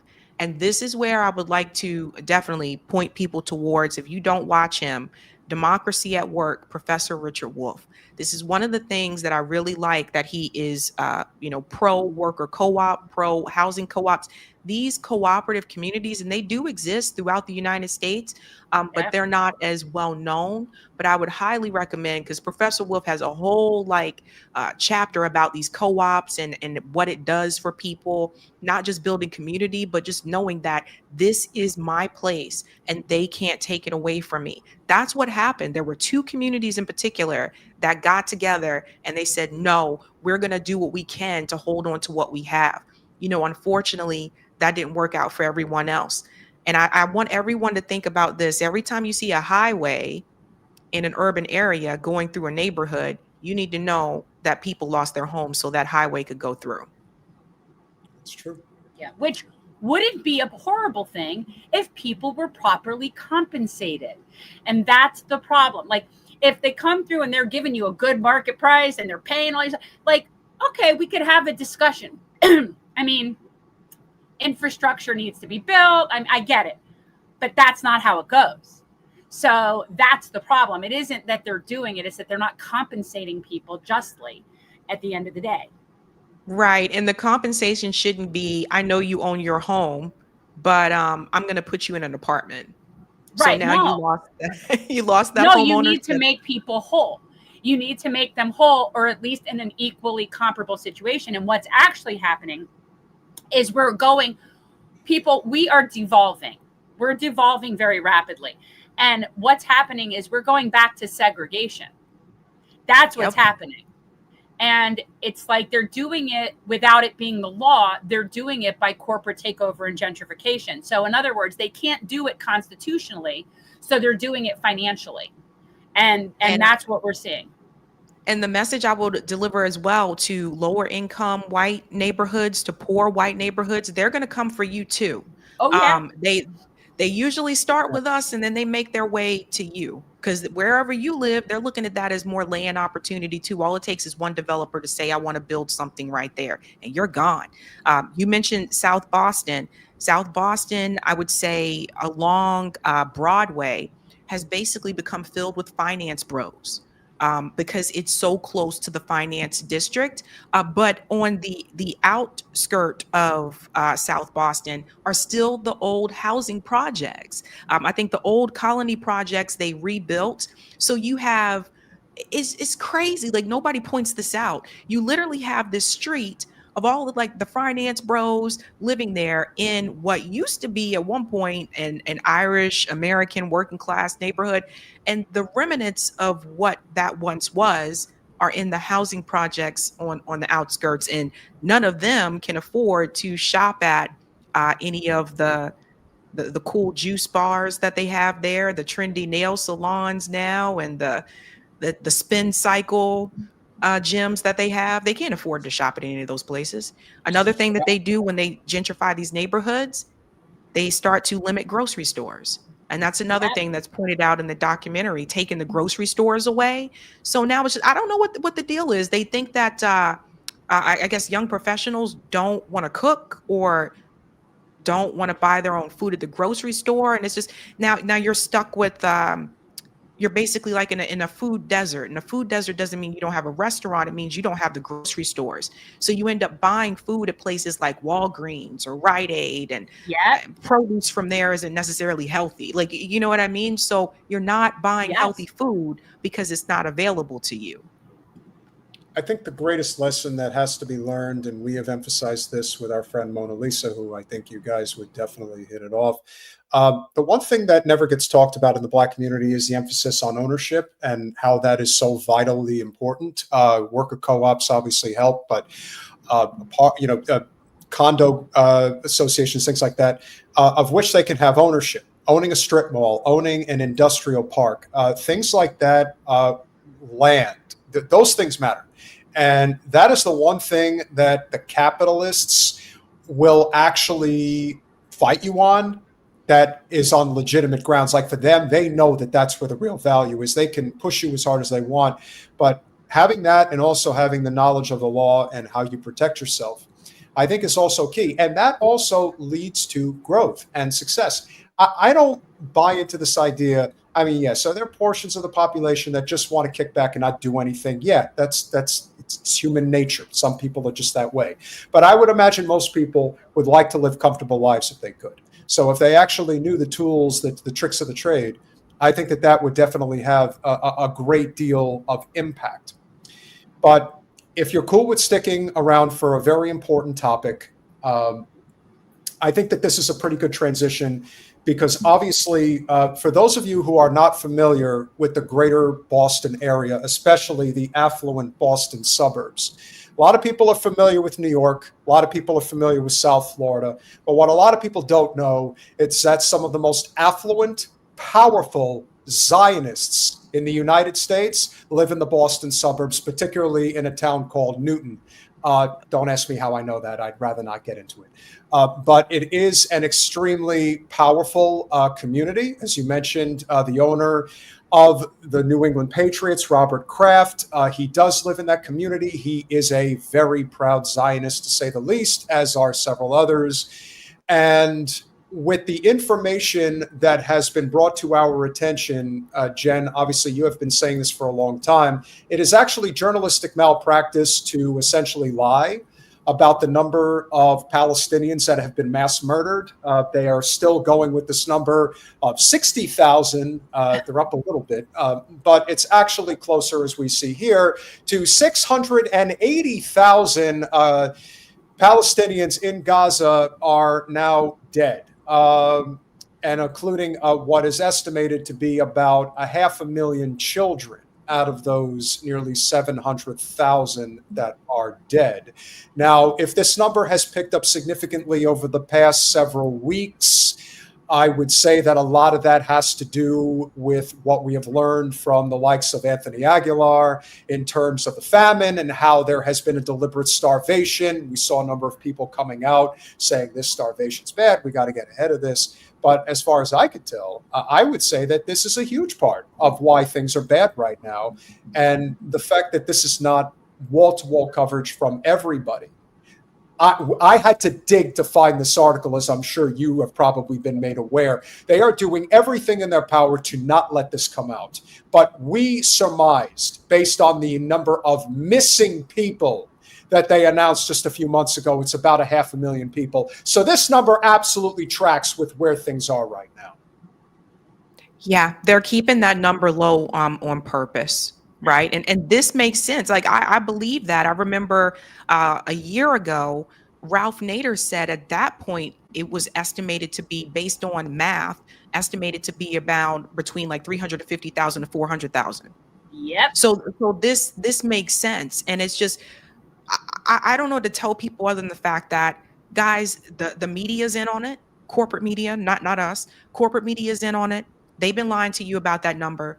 Some of them have been fired or speaking out a little bit more since then, but they've been lying about it. The politicians are in on it. And that includes Bernie Sanders, by the way, who keeps saying, stop sending the weapons to Israel. They're all in on it. And everybody has to understand that, because if they admit this, what this says in this article, well then, yeah, like legally that is a genocide. And that means that they have to act. Legally, they have to. And they're not going to act against Israel. Now, I've been saying for a long time, we probably have clips of me a year ago saying it's got to be 500,000 people. This was a year ago. It's got to be 500,000, because we're watching it every day. So are we to believe we're watching the same hospital every day get blown up? No. So it's like, and again, I've said this many times on the show, if I'm the person that's calculating the numbers, we're screwed, people. And the fact that I can see that, and there are at least 380,000 dead children under the age of 5. Under the age of 5. Has it, like, never in modern history have we seen something like this. It's, I keep thinking it's a nightmare. Like, I'm going to wake up from this nightmare. 380,000 dead babies. Like, I can't. And they all know. They all know. They all know. The politicians are trying to play the people and say, well, it's not actually a genocide, or say, well, we're working on a cease. By the way, the whole like ceasefire deal, it's a trick. It's been a trick. It's just something that they're saying to make you think that they're trying to do something. They signed their soul away to this particular government. They signed their soul away to Benjamin Netanyahu a long time ago. And we'll see that if I don't know if you guys you probably already saw this. If you read that article that was just published by Max Blumenthal and Anya Pyrampil from the Gray Zone, you'll see this been going on for a long time, where he gets into like Trump feared for his life and all this type of stuff. They've been running things for a while. They all are in on it, even some of your favorite politicians, because they know if they speak out against this, well, that's probably going to be my seat, or, you know, that's the end of my political career or political future or whatsoever. There's more information that just came out today, another article from the Gray Zone, which dives into billionaire Bill Ackman and his role in all of this. So it's like, they're all in on it. And I hate to say it, the countries who are saying we need a Palestinian state, they're just talking. Oh, yeah. They're just talking. They're just trying to save face. They all are in on it. Yeah. Well, that's something that's infuriating. So even the countries where we know the people are totally in solidarity, and their leadership will make some sort of little gesture, but then they're still sending them weapons. You do not get to send weapons and then criticize it at the same point. It's just beyond. I'm like, I don't even. But see, this was the argument I made under Biden and Kamala administration, when I tried to tell people if they were really pushing for a ceasefire, they wouldn't continue to give them weapons. They were working tirelessly, Sabby, for that ceasefire. She is working tirelessly. She is going to. Get the fuck out of here with that. And, being in Boston, listen, I have my ires, I'm sure you do, for several content creators. But, I mean, David Pakman, he is as bad, he is as evil as anybody. And you think about, our channel has finally taken off. You have done an amazing job. You organically have grown your channel. Hats off to Brianna. She had you on Rising several times, which also helped. But you never sold out. And I'm sure there were opportunities that were presented to you where you want to get on that corporate money train, want to get on the algorithm every day. You don't want 25,000 views. We'll get you 250,000 views on every video that you put out there. It's very tempting. But you have to be able to live with yourself, and how certain people live with themselves, knowing that they are, as far as I'm concerned, just as guilty and should be in The Hague for aiding and abetting a genocide with their language. It's almost hard to fathom that there are people that are that sociopathic and soulless. Pakman's one of several, but he really is a bad guy who is very reflective in how so many of these people end up doing this strictly for money and power. Their conscience is completely thrown out the window. And some of them don't start off that way, but they get these offers, and I've gotten offers too, where I get these emails and let's set up a talk and let's talk about this. And how would you like to, and the sponsorship offers and all those things, like they contact me. But it's just weird at this point. I'm just like, you've sent me like 5 emails, the same person. Like, it's just really weird. Obviously, I'm not going there. But it's sad that some people will take it. Especially, you mentioned David Pakman. I'm like, you make a lot of money. You have millions of subscribers. There was no reason for David Pakman to take, and there's no reason for Brian Tyler Cohen to take that money. A lot of it is greed and access, right? Like, they still want access to certain politicians, including maybe the president or future president. They want that access. So we have to ask a question: at what point has it become where independent media, or some parts of independent media, have basically just become rebranded corporate media? Oh, 1,000%. And that's why I keep saying, on conservative media, it's so much more transparent. We know that Benny Johnson gets paid. We know that Tim Pool gets paid. We know that Dave Rubin gets paid. And now we know that whatever actually happened with Charlie Kirk, and we know that whatever it was is not what we're being told. The very first podcast post-mortem of Charlie Kirk is hosted by the Vice President of the United States. I mean, the lines are just, they're removed now. There is no barrier. We know what we're dealing with here. The corporate state has taken over. Hey, who pulled that? Oh, I'm sorry. I did. I thought you were. No, I'm going to read it in a second. I wanted to point that out, that I think that this is essential to people understanding that we're not greedy for money. We're not greedy for power. We're greedy for the truth. And that's what everybody should be a part of. So as Squawk Box has previously reported, the death toll in Gaza from Israel's genocide, thank them for calling it a genocide. We all know they try to avoid using that word, just like the senator for Vermont still won't say that word because I don't know why. Something's really weird about that. Civilians have far exceeded media reports for the best part of 2 years, around 450,000 by the summer. Almost all of them civilians, according to the Israeli military's own data.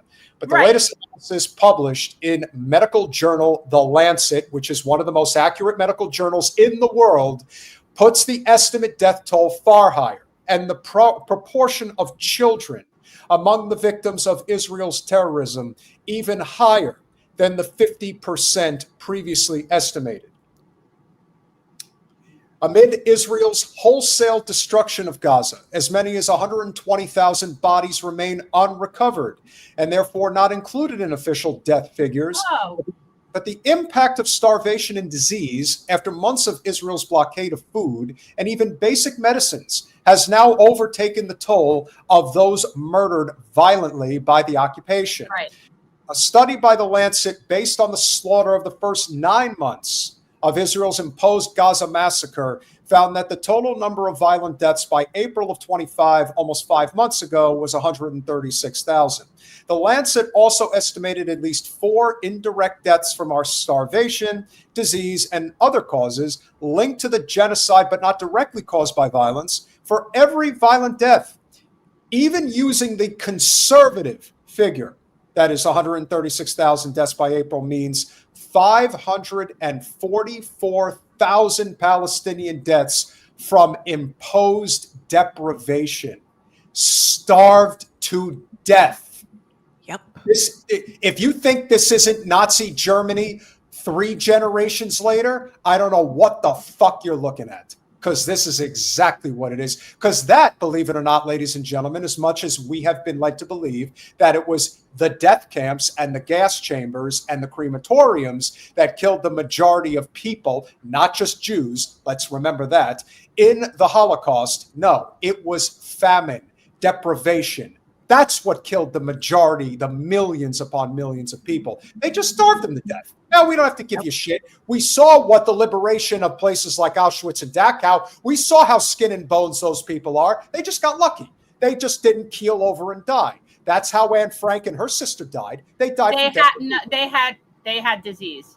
Does it? Well, yes, but that is an typhoid, inevitable reaction to deprivation. Yeah. This means the total Gaza death toll from Israel's genocide so far would be a staggering 680,000 deaths, or in this case, 1/3 of the population, by 25th of April this year. So, of course, that means that the number is considerably higher than it is even now, and much higher now after 5 more months of mass murder and starvation. And as lawyer Ali Jamal Awad noted, the study also puts the number of babies and children murdered at a far higher proportion of the total than the 50% estimated previously.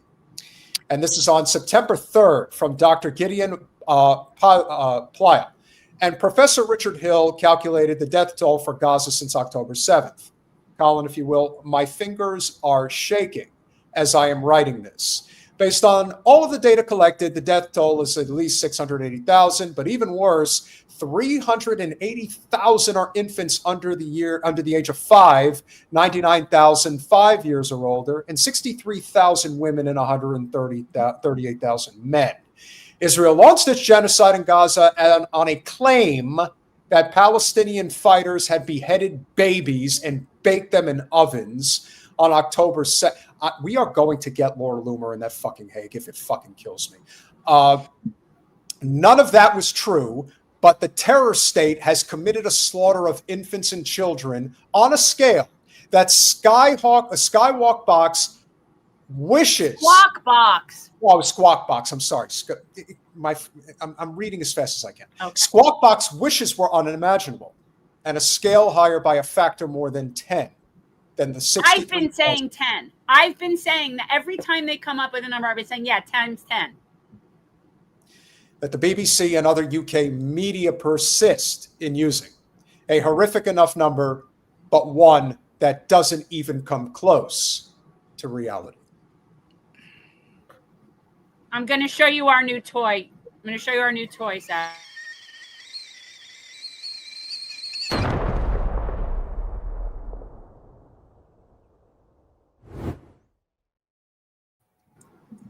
I love that. Thank you. Sometimes, I mean, you tend to be more positive. You'll drop a beat. I think of like I just, the rage is palpable. Like I came up with it because I would say like, I'm at like a 12 on the rage-o-meter, and it would just be like, this is taking years off my life just from the stress and the anger. Anger kills. And it's like, I have never felt so angry in my whole life, ever. Like, I didn't even know this was possible to be this angry. I'm angry that I'm angry. I'm angry at the people for making me feel angry because I don't want to feel angry. That's how angry. I don't think they expected us to notice. And I think that they, and by they, I mean the government. And I think that they probably figured if we did notice that we would be on the side of Israel because, I mean, that's kind of what we were taught, right? Like, so I think that the backlash that came from it, they were not expecting. And I also don't think they expected people to still be, concerned about it and protesting about it and the flotillas and everything. I don't think they expected this to go on for as long as it has. Nope. And it's not going to stop. It's not going to stop. It's not, they can't wrap their heads around it. And I've said it a million times, because people like that, colonizers, oppressors, people like that, they don't understand being like about something that's bigger than yourself. They don't understand what that's like to be connected to a people and a place. They don't have that. So they don't understand. Just like they constantly keep underestimating Ansar Allah, and they want to keep going after you. They are not going to stop. It's not going to happen. And they can't wrap their heads around this. And it's really very similar for what's with Palestinians. They don't have the options, but people are not going to stop. We're not going to stop. Like, it's not going to happen. So, I guess they'll have to just kill everybody then. If you think that Sabby and us are on a watch list now, Jen and I are working on a project that I can assure you, when it takes off, we will be on a watch list. That much I'm confident. We're going to be. Yeah, we're asking for trouble. No, I know that the Israeli consulate out of Miami follows me. Hi, guys. Hi, shalom. But I just, I don't give a shit. But yeah, I don't care. I don't care. I've got kids out of the house now. I don't have to worry about minors being dependent on me. I have zero fucks to give. And I am just so enraged. So I really don't care. If there is a silver lining, especially being a black woman, is that there are a lot of Americans that are actually waking up to what real bigotry looks like. The sheer hatred for Palestinian people. Again, Wasserman Schultz is a great example of somebody who refers to them as Gazans. And I want to remind people, in terms of like how bad this is right now, I don't think people truly understand. I mean, I think people understand what my rage is for this particular person, but I want to constantly remind people that this is somebody who the Democratic Party won't even cut bait with. But this came about in the early stages of the massacre of which she has been cheerleading. And I want to constantly remind people of just how much Zionists truly hate, and I mean hate, people that are not them, that they perceive as being lesser than, economically, socially, racially, all of it. And this should always be a reminder of how evil not only Wasserman Schultz is, but is a prime representation of the ideology itself. There's this vote that's going to happen on the Israel-Hamas resolution on the floor. Are you concerned that some Democrats may not support this? I would hope that all members would support a resolution that condemns terrorism, the brutal attacks that were perpetrated against the Israeli people that were killed. We have 218 hostages. They took 222. Someone who votes against this, I would think, doesn't have a soul. And as we know, Debbie is definitely an authority on the soulless. So, she would know. Freaking ridiculous. Absolutely. Oh my God, she makes me cringe like every time. And here's the thing: as much as I dislike her, and I do, I mean, she's my congressperson. Like, to me, Richie Torres is my least favorite congressperson, hands down. Like, he to me is, I can't explain. Like, I expect it from her, kind of, right? Like, she's a Zio Ashkenazi Jew. I get it. She's bitter. She's whatever. I get it. He's just such a complete sellout. And it disgusts me. Like, Debbie, and I do not give this woman props, in her mind, she's fighting for her people. Like, she's fighting for her people, very misguided. Who the hell is Richie Torres? He is like their bitch. Who is he fighting for? Blacks? Is he fighting for Latinos? Is he fighting for gays? Because isn't he all of those? Like, what the fuck? I know it That's goes why back I hate and him. forth. I know it goes back and forth with several districts at any given, congressional year, but he represents the poorest district in the United States. Yep. But you don't hear him really talk about that. You don't really hear him talk about what he wants to do for people in the Bronx or what's going on in his district. It's just always about Israel, Israel, Israel. He's another one that was selected. There are a couple that I know for sure were selected, but he's one of them. He was handpicked. Cory Booker, Hakeem Jeffries. Did you see the wedding? Did you see the engagement photos with Corey and his latest pretend I'm in love with this Who person? buys that beard shit? That's his beard. You know what? I will not believe that with that man. I just won't. That's his I might run for president again performance here. And why does she look like Rosario Dawson? Like, dude, they're like a total freaking doppelganger. It was like scary. Maybe his handler has a type that they pick for him. Who the hell knows?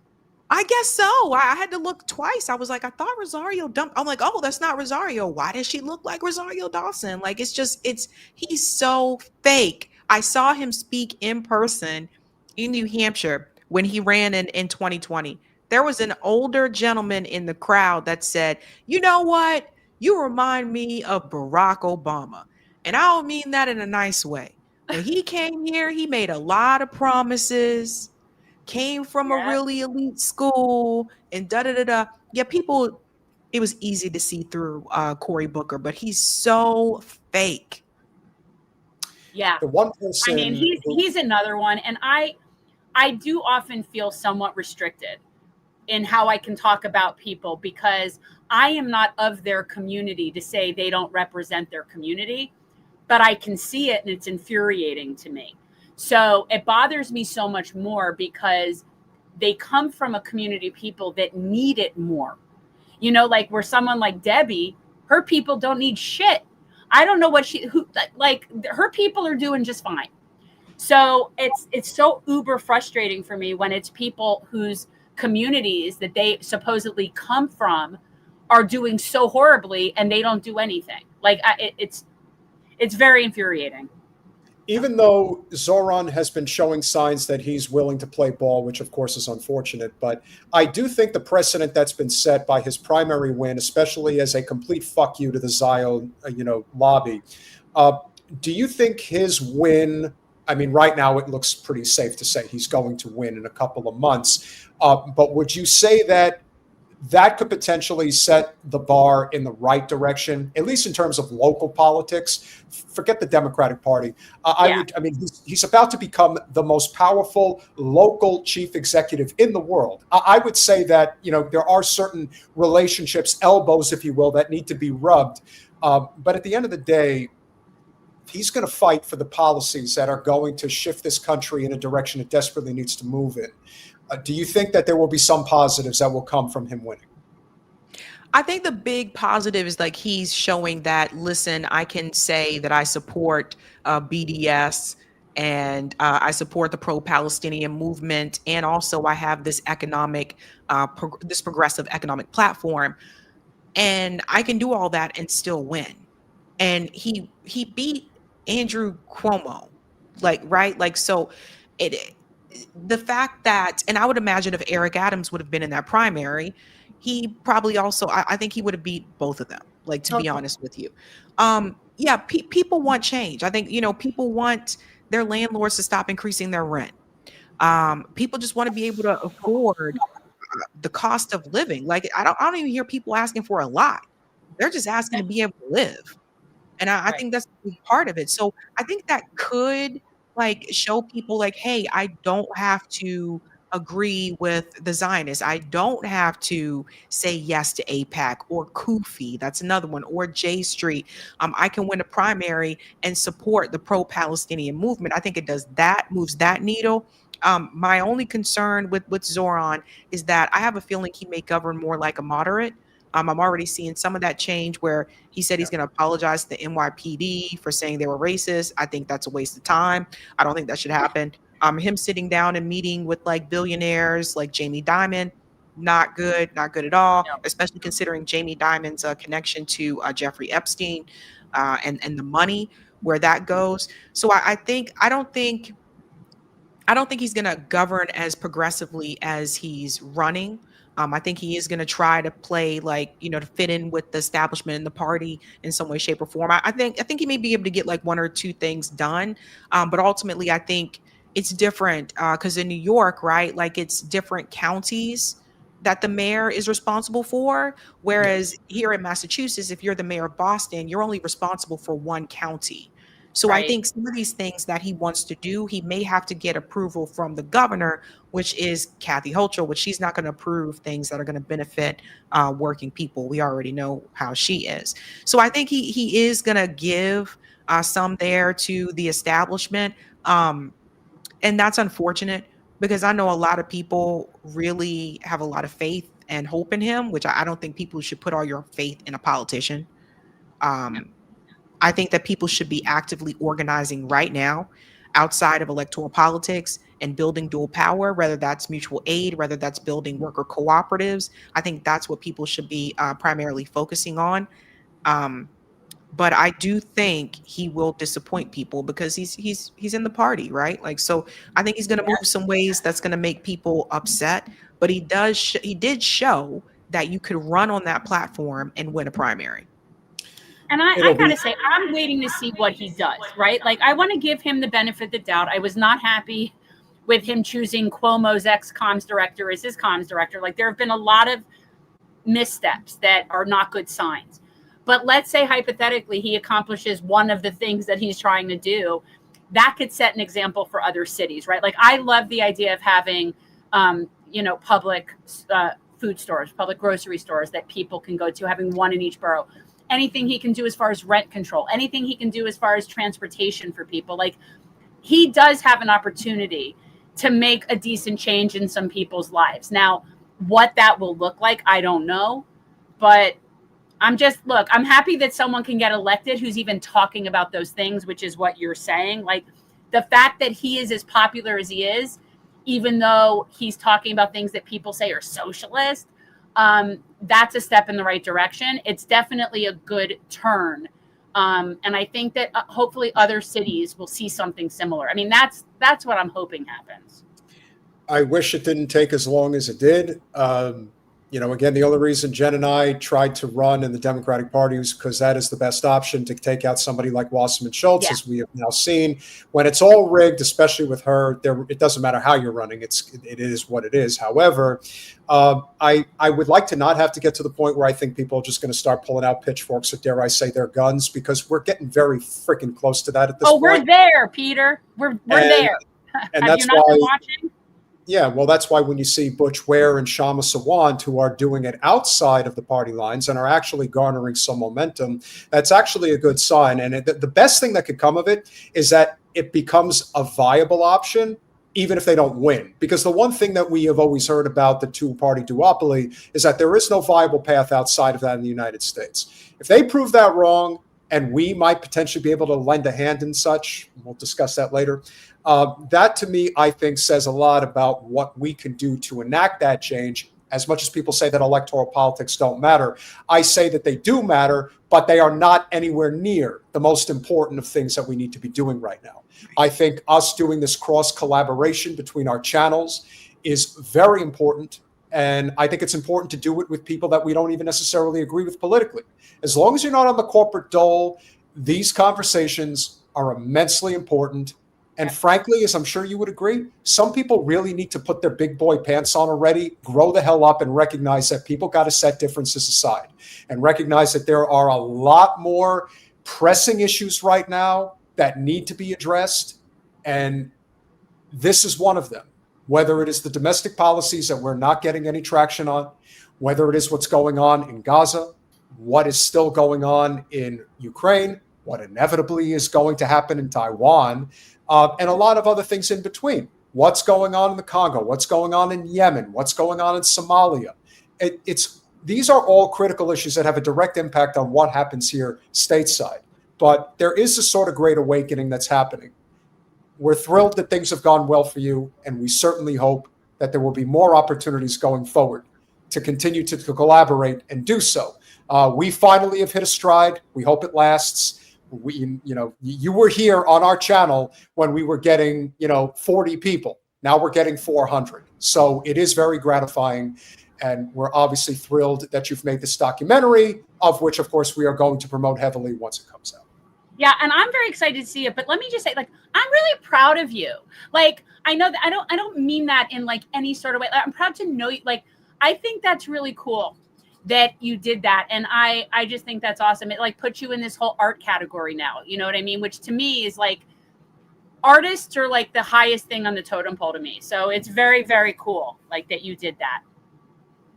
Oh, thank you so much, Jen. Thank you. And if you thank ever you so do much, another Peter. one and you ever want help with research, I'm very good at research. Like that's my thing. I would be very happy to work on any of those kinds of projects. Like I think that's awesome. Thank you. Thank you guys so much. Absolutely. The links are in Thanks the for coming description. on, Sabby. Yep, links in the description, guys. Make sure you subscribe to the Sabby Sabs podcast on YouTube. We appreciate you, my friend. We look forward to speaking with you again soon. Thanks. Bye, Bye. Sab. A great lady doing great work, as She we was know. lovely.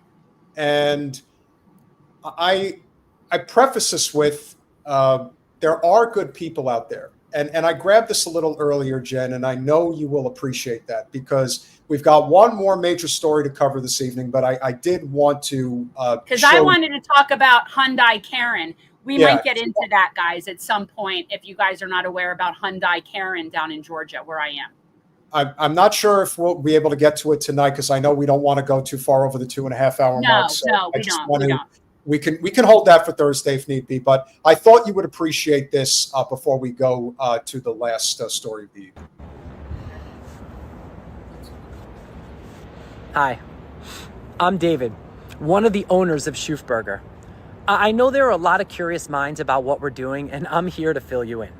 So first, let's start at the beginning. I'm Jewish, and my father served in the IDF. Most of my family still lives in Israel and served as well.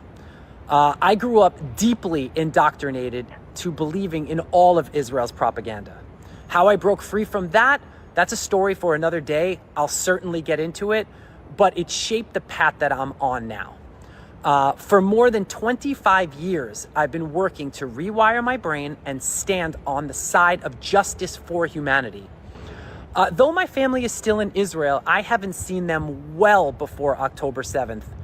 For over 25 years, I have refused to visit Israel until the Palestinians are free, they're self-governing, and in their own state. It's a stance so firm that I have lost many important relationships over it. So that's a little background of where I'm coming from. Soon, I'll share how Schufberger is turning that conviction into real action, and why every single meal we serve is about more than just food. Thank you so much for listening. More soon. You see, there are people out there that are waking up. Yes, and so to people that are new to us or whatever, we do like to distinguish here between Jews and Zionists. As someone who is an anti-Zionist Jewish person, it's important distinction. It really is an important distinction. There's more Christian Zionists in this country than there are Jews in the whole world. So just, be aware. I don't think people really understand how the Middle East was formed and how this has always been a colonial settler project. But Jen, if you can kind of introduce the audience before we play the clip of how the Middle East came to be, the interests were always... Wait, we're not playing that whole video, right? No, it's been... No, Colin edited it down. I But, hope so, because that was a long... okay. Yeah, it's like 10, 12 minutes long. But what I do want to do before we get there, I do obviously want to get to our patrons real quick, because I know there's been a number of super chats since Sabby came on. Before we do our final clip of the evening, guys, if you would be so inclined, make sure that you go to patreon.com/revolutionary change for as little as $5 a month. You can become a supporter of our small but mighty channel. Even on a Monday evening, we have been hovering well into the 400 plus viewer mark. So clearly we've hit another hurdle with our channel. We are extremely gratified for that happening. And of course, we have received some additional super chats since our first go around during the first hour. And so we want to give a shout out to Goba44. Thank you so much for the $9.99. Recently started watching you two. You guys are great for a guy who's recently left the Dems and kind of politically homeless. Great to see Sabby Sabs join. Goba, we're happy to have you here. We are not judgmental where anybody stands politically. We're not politically homeless. We've created our own political home. Welcome. Roger Meadows, always a pleasure. Thank you for the $5. She kicked black people out of homeless shelters to make room for migrants too. I believe he is referring to Mayor Wu of Boston. Wu. Yeah, I think so. Yeah. Oh, they're trying to prep her, Jen. Let me tell you, she's definitely running for governor of Massachusetts very soon. So Good luck be on with the that. lookout.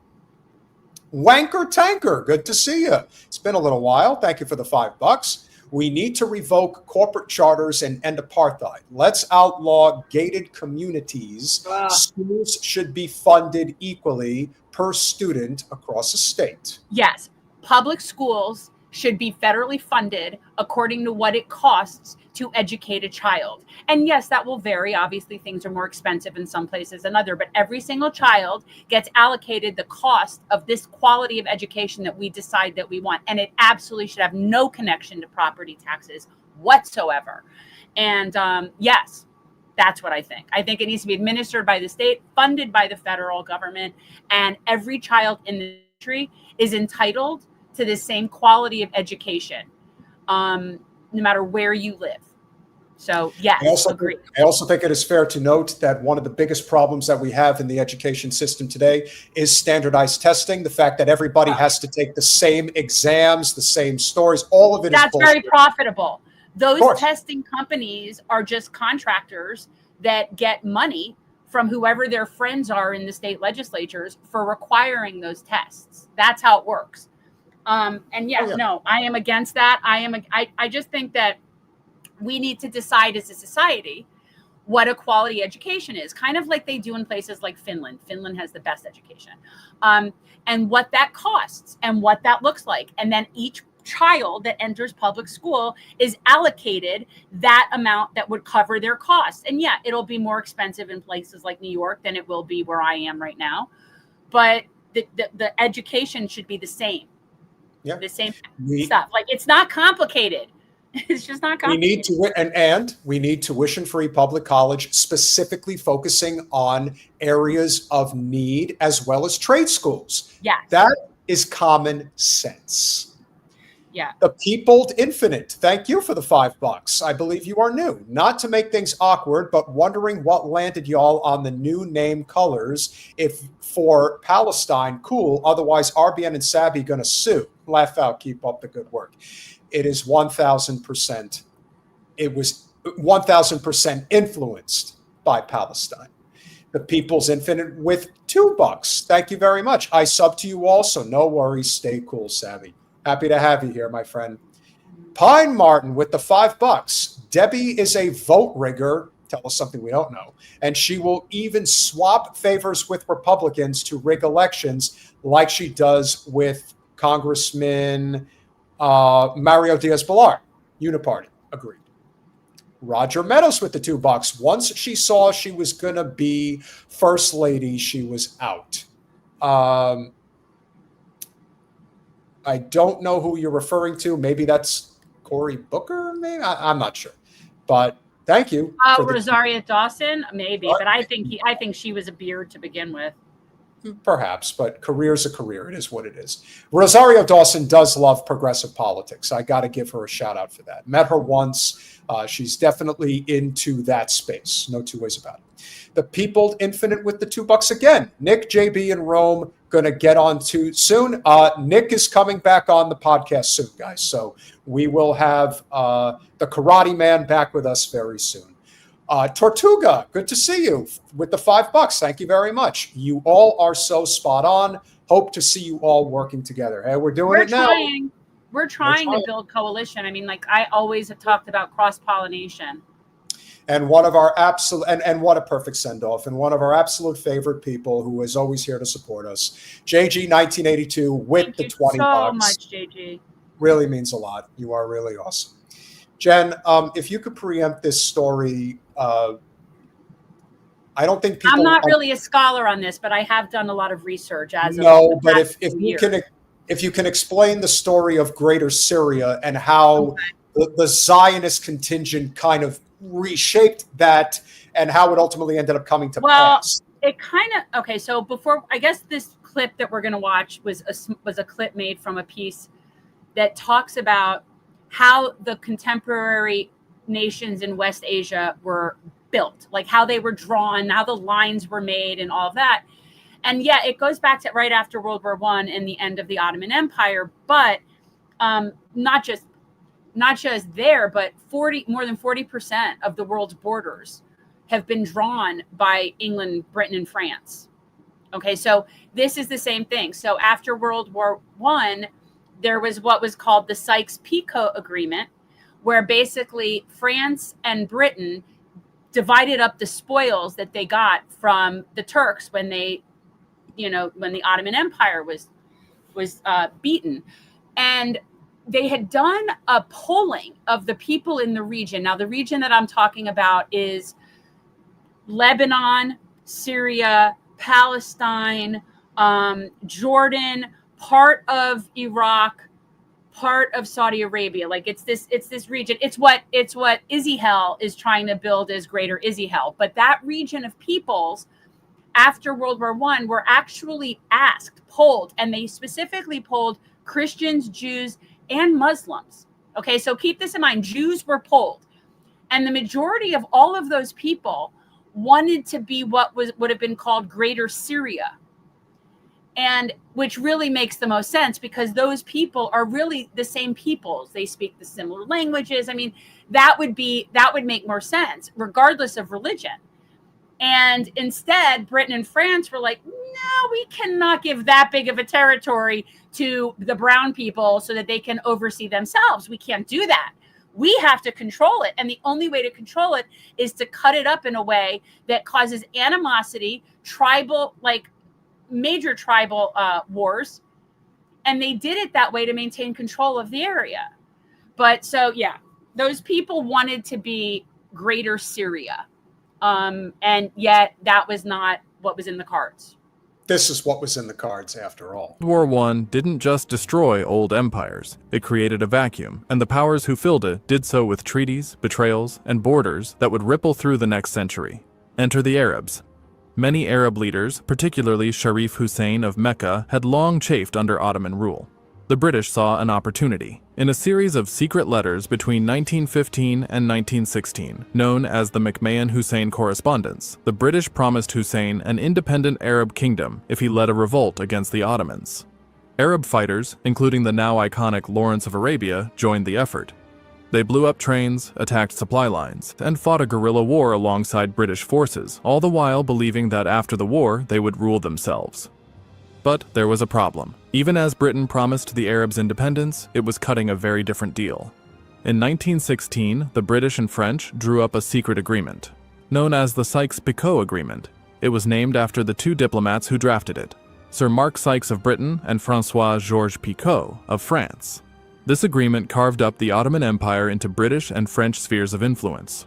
France would control modern-day Syria and Lebanon. Britain would take modern-day Iraq, Jordan, and a strong influence over Palestine. The Arabs would get nothing. This agreement wasn't public at the time. The Arab leaders fighting for their freedom had no idea that, behind their backs, European powers were already dividing the spoils. And then came a leak. When the Bolsheviks took power in Russia, they exposed the agreement to the world. Arab leaders were furious. As if double-dealing the Arabs wasn't enough, Britain made yet another promise during the war. In 1917, Foreign Secretary Arthur Balfour wrote a letter expressing British support for the establishment in Palestine of a national home for the Jewish people. And that's how it came to be. With the backing of the Rothschilds, the Balfour Declaration ultimately became the genocidal fake state of Israel that really is the state of Palestine, and will hopefully one day be again. But it's safe to say that if there is an inflection point in terms of how this happened, it had nothing to do with the Holocaust. The Holocaust was used as a backdrop to make it happen. But here, the case in point with this right here is that essentially they promised the same land first to the Arabs of the region. They promised that group the land because they were going to help them against the Ottoman Empire. So these were the people that were natives in that region that they were willing to sell out their own people to get ahead. It's just like we have today, just like we were just talking about with Sabby. It's the same thing. So this land was promised to the Muslims, and it was promised to the Jews right around this. Actually, promised to the Muslims first, then promised to the Jews. But yes, that's the predicament that we see right here. This was the Balfour Declaration. It was one sentence, but it changed everything. The letter was addressed to Lord Rothschild, a leader in the British Jewish community, and it was meant to gain support from Zionist Jews in Britain and America for the war effort. But here's the catch. Britain had now promised the same land to two different groups. To the Arabs, they had promised independence across the Middle East, including Palestine. To the Jews, they promised a national home in that very same land. This contradiction would set the stage for over a century of conflict. The war ended, the Ottoman Empire collapsed, and the victors began to reshape the region. Rather than granting independence, the League of Nations established mandates, a polite term for colonies. Britain took control of Palestine, Transjordan, and... Just look at that. Just look at that map. Just look at how these places just became completely divided, which is why you hear things like French Arabic. I know I have. That's where it comes from. That's how these areas, that's why so many English-speaking Indians, for example. And yeah, if you look at where French mandate Syria is, and you come around and cut off like that sort of portion of Iraq, and it comes down through that portion of Saudi Arabia, and it's like almost like a circle that goes around up through the Sinai and around Palestine, that would have been Greater Syria. Yeah. Yeah, but then they drew these lines. And by the way, I'd like to point out that if you all want to know who gets screwed in all of this all the time, every which way, is the Kurds. That is what I know, because the Kurds were promised their own nation, and yet they got divided amongst 4 different countries in this region where they would be a minority and persecuted in each one of those. So I'm just like, a lot of people got screwed from this. Iraq. France took Syria and Lebanon. These mandates were presented as a form of stewardship. In practice, they were outright imperial control. Arab revolts broke out in Syria, Iraq, and Palestine. The British and French crushed them. This wasn't just a betrayal of promises, it was the institutionalization of a lie.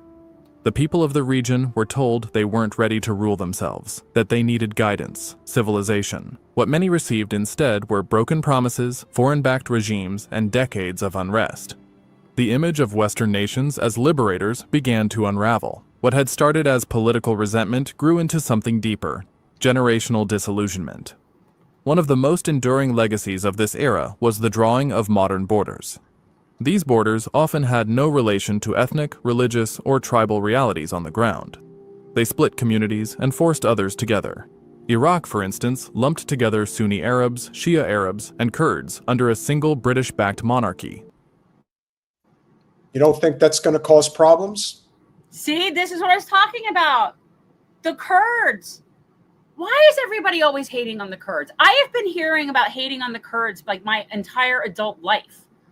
And it's like, it was done so purposefully.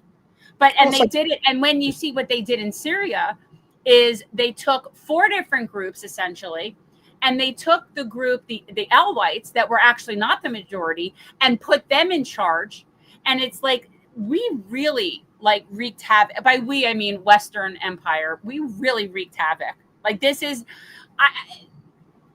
it's all why we're in the position we're in. This is why we're in the mess that we're in West Asia. You know, the one thing I always find interesting, because I've been noticing some comments from Scott Farkas, if that's even your real name, or Fardas, if that's what you probably go by. He who wins the fight draws the lines. It is how it is how it's always will be. Well, here's the thing. It doesn't work. Well, here's the one thing. I will say this, Scott. Is that in truth how it actually works? Yes. But the people that comment like you do, that say that, are never the ones that are actually doing the fighting and putting their lives on the line. That's just how it is. And so now we have this. Judea was listed on the maps as recently as 1918, when it was a province of the Ottoman Empire. Again, you know, look, this stuff is just made up. Just like we have decided that we're going to draw a map in Iraq, aka Mesopotamia, and make it so that people actually want to kill each other, which is essentially what's happened. There is a difference between Shia and Sunni. And that's where the whole dividing lines within Iraq has happened. That's why there's been so much fighting in this nation for several generations. But why is the fighting? Why do these things occur? Because in the end, it's all about money and power. It's all about resources. And whether it's France, Britain, or us, this is how it is. Yeah. So the deep-seated hatred for the Muslims in particular is very real. Syria was split into multiple sectarian states before being jammed back together. Lebanon was carved out specifically to give Maronite Christians a majority. These were not borders created for stability. They were borders created for convenience, for control. And they created pressure cookers that would explode again and again throughout the 20th century. The consequences of these lies are still playing out to this day. The Israeli-Palestinian conflict is perhaps the most visible and enduring legacy of Britain's conflicting promises. The 1917 Balfour Declaration supported the establishment of a national home for the Jewish people in Palestine, a region where the vast majority of the population was Arab. Oops. I guess that's a little bit of... And here's the point, like people saying things like, to the victor goes the spoils. Like, I understand the premise of that, but if the spoils are going to do nothing but be the bane of your existence for eternity, is that really a win? Like, it's only a win for the capitalists that make money off of all of this. That's the only people it's a win for. And it just seems like a really stupid plan. It's a stupid plan. Well, now we're seeing the after effects of such almost well over a century later. Population was Arab. At the same time, Britain had already promised Arab leaders that they would support Arab independence, including in Palestine, if they revolted against the Ottomans. These contradictory pledges created deep confusion and resentment. When the British Mandate took over after World War I, the influx of Jewish immigrants, many fleeing anti-Semitic violence in Europe, accelerated. Tensions between Jewish and Arab communities escalated into violence. Arab uprisings were met with brutal crackdowns. British authorities found themselves caught in a trap of their own making, unable to appease either side. This unresolved conflict would eventually explode into civil war, the creation of Israel in 1948, and the ongoing struggle that continues to dominate Middle Eastern politics today. Before European intervention, identities in the Ottoman Middle East were often defined more by religion, tribe, or locality than by national borders. Yes. But the Sykes-Picot Agreement and later mandates carved the region into artificial states with little regard for ethnic or sectarian realities. Now, who would do something like that? Or what would be the motive to do such a thing? Maintain control and foment discord. You know, I mean, that's really the point of it. You divide up all the people so that they can't have any sort of unification. They can't have any power. They can't control their own resources. They can't do anything. And you put your little tools, you pick a family, some rich oil family, and you crown them the kings of their different kingdoms, and you give them Jordan and Saudi Arabia, and you just hand those things over like that. And then you just have tools in the region for eternity that hand it down to their children. And you basically govern by monarchy in West Asia. That's what we've been doing. Jen, Infamous Eli is a regular viewer of our show. So I figured this is actually a reasonable question for somebody who, you know, is a Black American versus a Jewish American, you know, knowing this understanding about the Rothschilds and whether or not this is a direct correlation to why fervent we got to stop saying anti-Semitism, because the word it's completely juxtaposed. Right, really it's anti-Jew. hatred. Yes. Yeah, hatred towards Jews. I would agree that the Rothschilds in particular bear a significant amount of responsibility as to why that is the case. Your thoughts?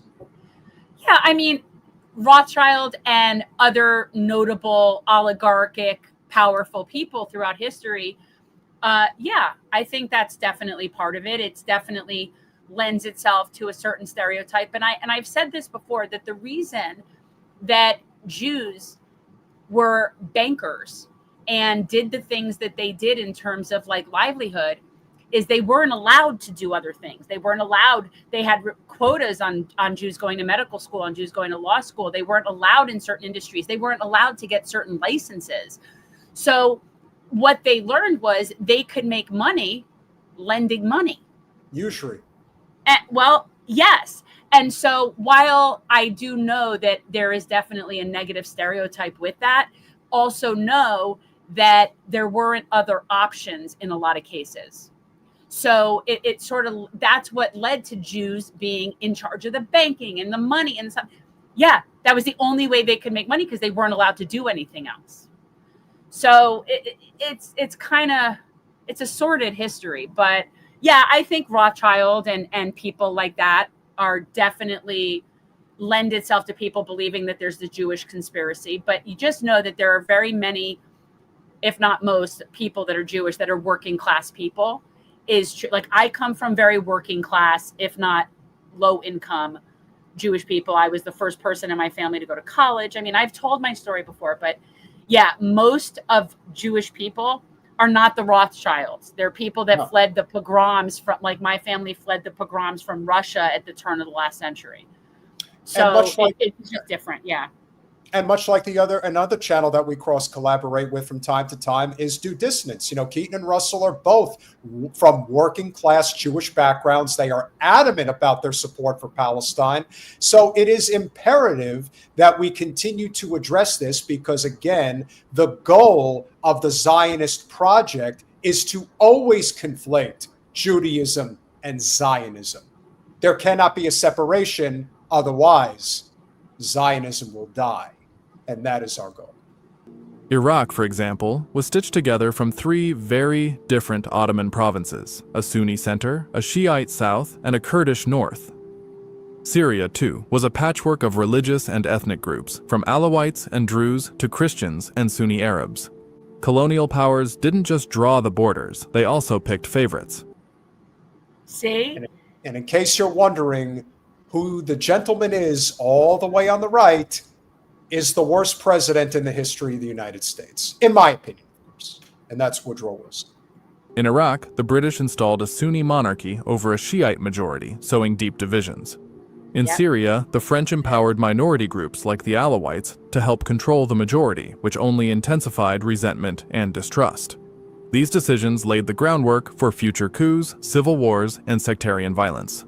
The power struggles in modern Iraq and Syria are not just modern issues. They are echoes of borders that never fit the people forced to live inside them. These aren't just historical footnotes. They are the structural foundations of modern geopolitics in the Middle East. When people ask why there is so much instability in the region, the answer is often made to seem simple: tribalism, extremism, oil. But the deeper truth is far older. It's written in old telegrams, secret maps, and imperial deals. And that's it. So, yeah, I mean, Western Empire created this mess. And that's where we are. That's where we are. I mean, it's really been very effective at what it was set out to do. And it's been very effective in how it has set the narrative for people in this country and how we think of people in that region and how we think of the other. And we're so ignorant. We're so ignorant about other places in general. I mean, most Americans don't have a passport. They don't go anywhere. But it's like we're just so spoon-fed this narrative that's just so wrong. And that is why it is much easier to control the population. And if you're looking for the tie-in between Jewish Zionism and Christian Zionism, again, as stereotypical as it may be to say this, but I have to say it because it is the truth, the Jewish Zionists provide the money and the Christian Zionists provide the flock. And by that measure, if you look at the differences, another significant difference between Jewish Zionists and Christian Zionists is their level of education. Jewish Zionists are very highly educated people, whereas Christian Zionists are not. Especially and Jewish Zionists are predominantly secular. Yes. Whereas Christian Zionists, again, typically come from, you know, the other thing that's also interesting is that Jewish Zionists and Christian Zionists very rarely, if ever, cross over because it's very regional and in many respects. the Northeast, South Florida, San Francisco, Chicago, maybe a few other places sprinkled in between, but that is predominantly where, and Los Angeles, that is where the Zionists live.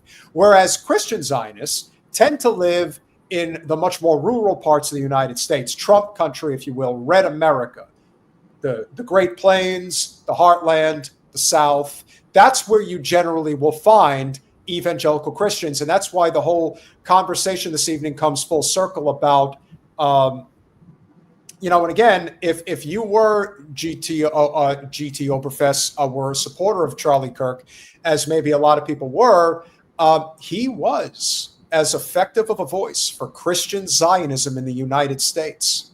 He really had an incredible following. But as Jen and I have pointed out over the last week, he was probably sacrificed.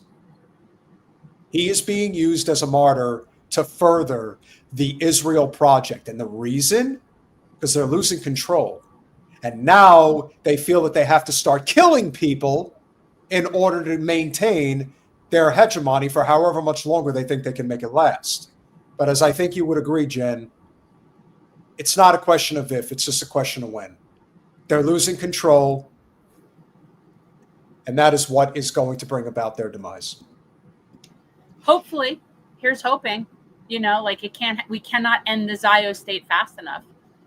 Well, we're working on it. It's a matter of what's the collateral damage. And if they're now reporting 680,000 dead people, then it's probably and and we also know saying it all along. And and this is one of those times, and you know me, like I really normally like to be right, and I'm definitely an I told you so kind of person, like I really am. And yet this is one time where I really wish I weren't right all along. I could be I'm like sick. It's okay to be right. Almost 400,000 dead babies. It would be okay to be right, but even better if people were listening. Now they're listening, but it is our job to get the message out there. And with the boost of Sabby, hopefully thousands of people will see the information regarding the actual death count that the Lancet has put out, which is probably as accurate as it could possibly be. For the final time this evening, JG 1982 with the $5. Appreciate you, my friend, as always. Every problem in the world today can be traced back to the UK, Taiwan, Nepal, Middle East, Pakistan, Africa, still wearing over crap. Warring over the crap. Right. So all of those things, Taiwan, Nepal, it's true. It's true. And then really we are the extension of that, right? Like we took over after World War II, we took over from British Empire, but it's a continuation. So I would just say now we're the stand-in for that. Like they started it, but we took it all the way. Agreed. Roger Meadows with the $5. I came here happy and good spirits. You and Sabby made me angry with your information. Jen, bring the rageometer. White folks have mastered the science of conquest. Well, you did contribute, so I guess we have to do.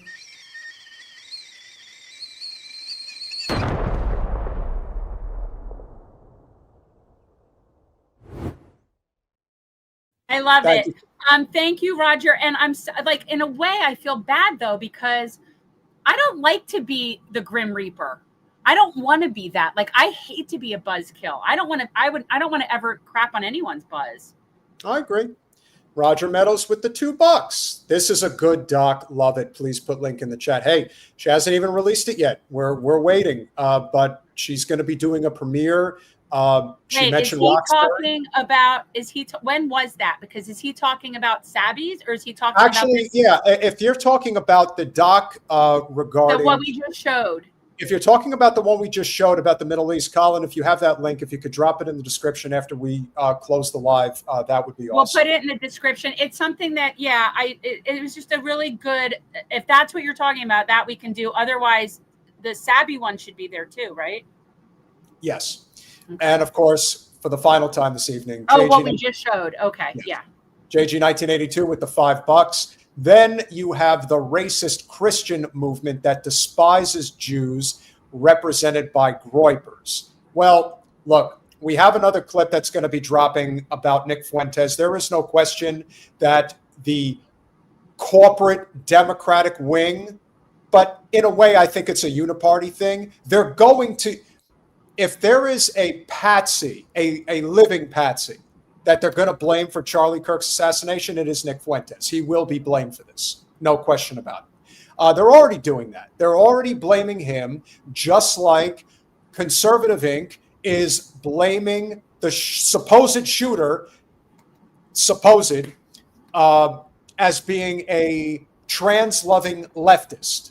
So we already see how the battle lines are being drawn. We all know how this is going to go.